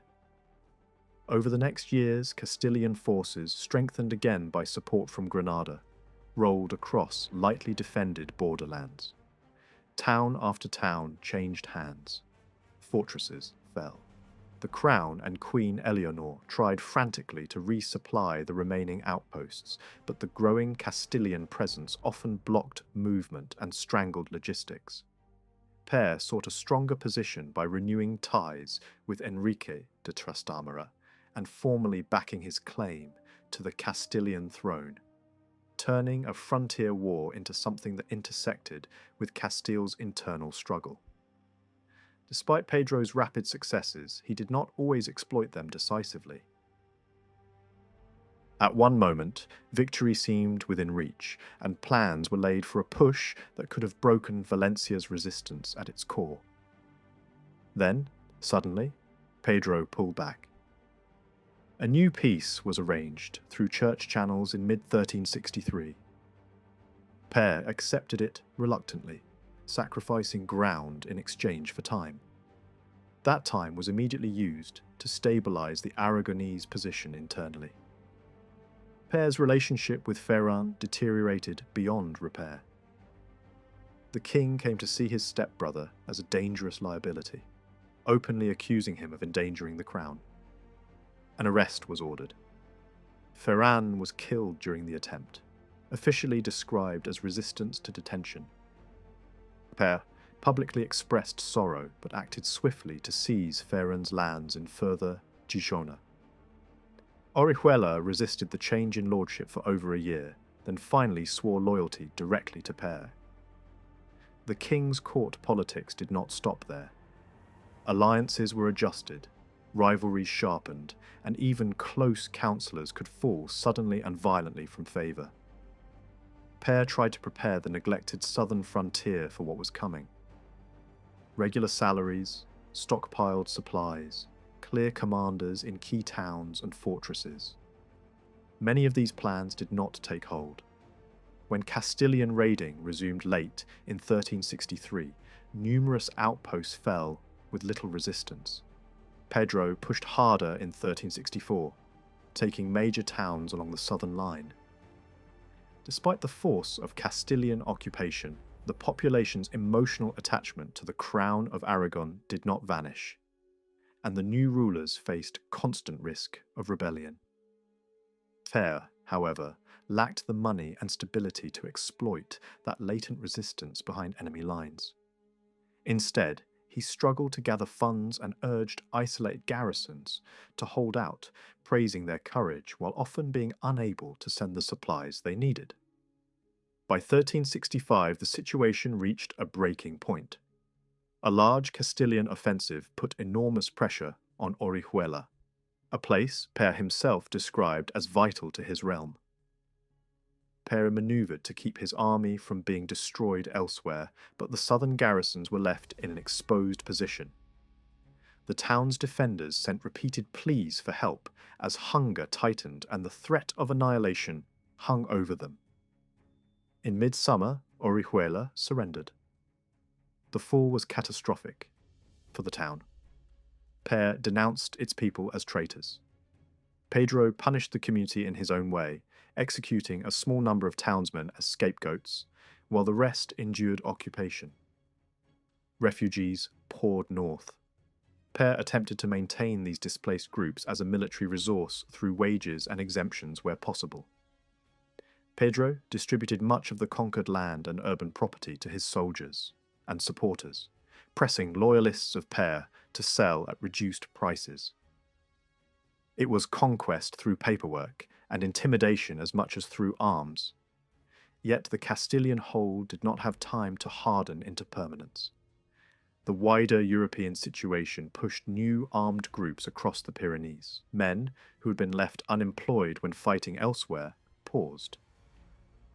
Enrique de Trastamara, experienced in using such forces, took control of them and moved methodically against Pedro. By early 1366, Enrique was king. As Pedro's fortunes collapsed, Castilian rule in southern Valencia collapsed with him. Many settlers fled back to Castile, fearing retaliation. Fortresses and posts were left empty. By the beginning of summer 1366, much of the region drifted back under Pedro's control. But the return created new problems. Local nobles and churchmen had used the power vacuum to seize property that had previously been taken from residents, and sorting out ownership became a long legal struggle. Pedro I briefly regained the Castilian throne after his victory at Najera in 1367 with English support, but the success was fragile. Lacking money to pay his foreign troops and weakened by the withdrawal of the Black Prince, Pedro steadily lost ground. Enrique de Trastamara recovered the initiative, and Pedro was eventually captured and killed at Montiel in 1369, ending the personal rivalry that had driven the war. Pedro's death did not bring lasting peace between Castile and the Crown of Aragon. Border disputes, especially along the Valencian-Murcian frontier, continued to fuel mistrust. Real reconciliation came only later, when a new generation inherited the crowns. The war revealed a familiar Iberian strategy: systematic frontier raiding. Armies crossed borders to burn crops, destroy vineyards and olive groves, and collapse local economies. In the War of the Two Pedros, raids and small sieges dominated, devastating southern Valencia for decades and crippling agriculture that took years to recover. Hunger became an immediate threat. Royal correspondence shows constant emergencies to supply garrisons with grain and transport animals. When supply lines were cut, commanders were authorized to buy food at any price, with promises of later repayment that the crown increasingly struggled to honor. The war imposed heavy demands on frontier communities. Subjects were required to fight, repair walls, abandon indefensible castles, and even demolish suburbs that might aid enemy sieges. Psychological pressure was relentless, intensified by Pedro's brutality and the use of mercenary forces that sometimes showed little mercy. Pedro III's relationship with frontier defenders was unstable. He praised endurance when resistance succeeded, but condemned communities that surrendered without permission, sometimes branding them traitors. Loyalty could be rewarded or punished abruptly, depending on political needs and military outcomes. Rapid territorial changes meant rapid legal changes. Conquests temporarily imposed new legal systems, while the crown used law as a tool to reward loyalty, punish disobedience, prevent flight, and encourage settlement. Legal status itself became a weapon of war. Financing the conflict proved one of the crown's greatest challenges. Representative assemblies were the main source of large war grants, but these were often one-time concessions and unreliable for long-term planning. Assemblies increasingly resisted, using their approval of funds to demand political concessions. Opposition to royal authority became more organized through sworn alliances that evolved into the Union. These movements used legal arguments and collective discipline to restrain the crown, mirroring the legal tools royal power itself relied on. As expansion slowed and wars against Christian rivals multiplied, military costs rose sharply. Overseas possessions like Sardinia and Sicily drained resources rather than strengthening the crown. War grew longer, more frequent, and more expensive, relying increasingly on mercenaries and sieges. During Pedro III's reign, conflict intensified both externally and internally. He crushed the Union in 1348, but remained embroiled in costly wars abroad. The greatest threat came from Castile, where a relatively minor dispute escalated into a massive frontier war after 1356. Peace in 1361 offered only a pause. When Pedro broke it in 1362 with a sudden invasion, Pedro scrambled to respond, forming alliances with Enrique de Trastamara and calling a general assembly at Monzon to secure funding. The Monzon Assembly revealed a major shift in power. After prolonged delays and fierce debate, the estates granted an enormous subsidy of 250,000 libras, but imposed strict controls on how the money would be collected and spent. Financial authority effectively shifted toward representatives of the realms.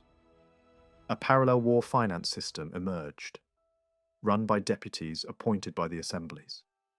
These officials collected taxes, managed funds, hired troops, and operated largely beyond direct royal control.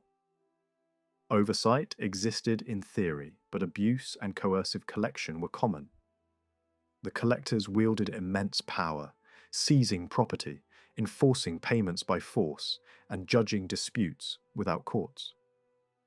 Their actions risked provoking internal unrest, even as the realm fought Castile. Pedro, distrustful but dependent, tried to limit long-term damage by delaying accountability. Tax officials were barred from royal office for years and promised future audits. The Monzon settlement ultimately created a fragile balance: cooperation between crown and estates, but also lasting rivalry over who controlled the resources of war.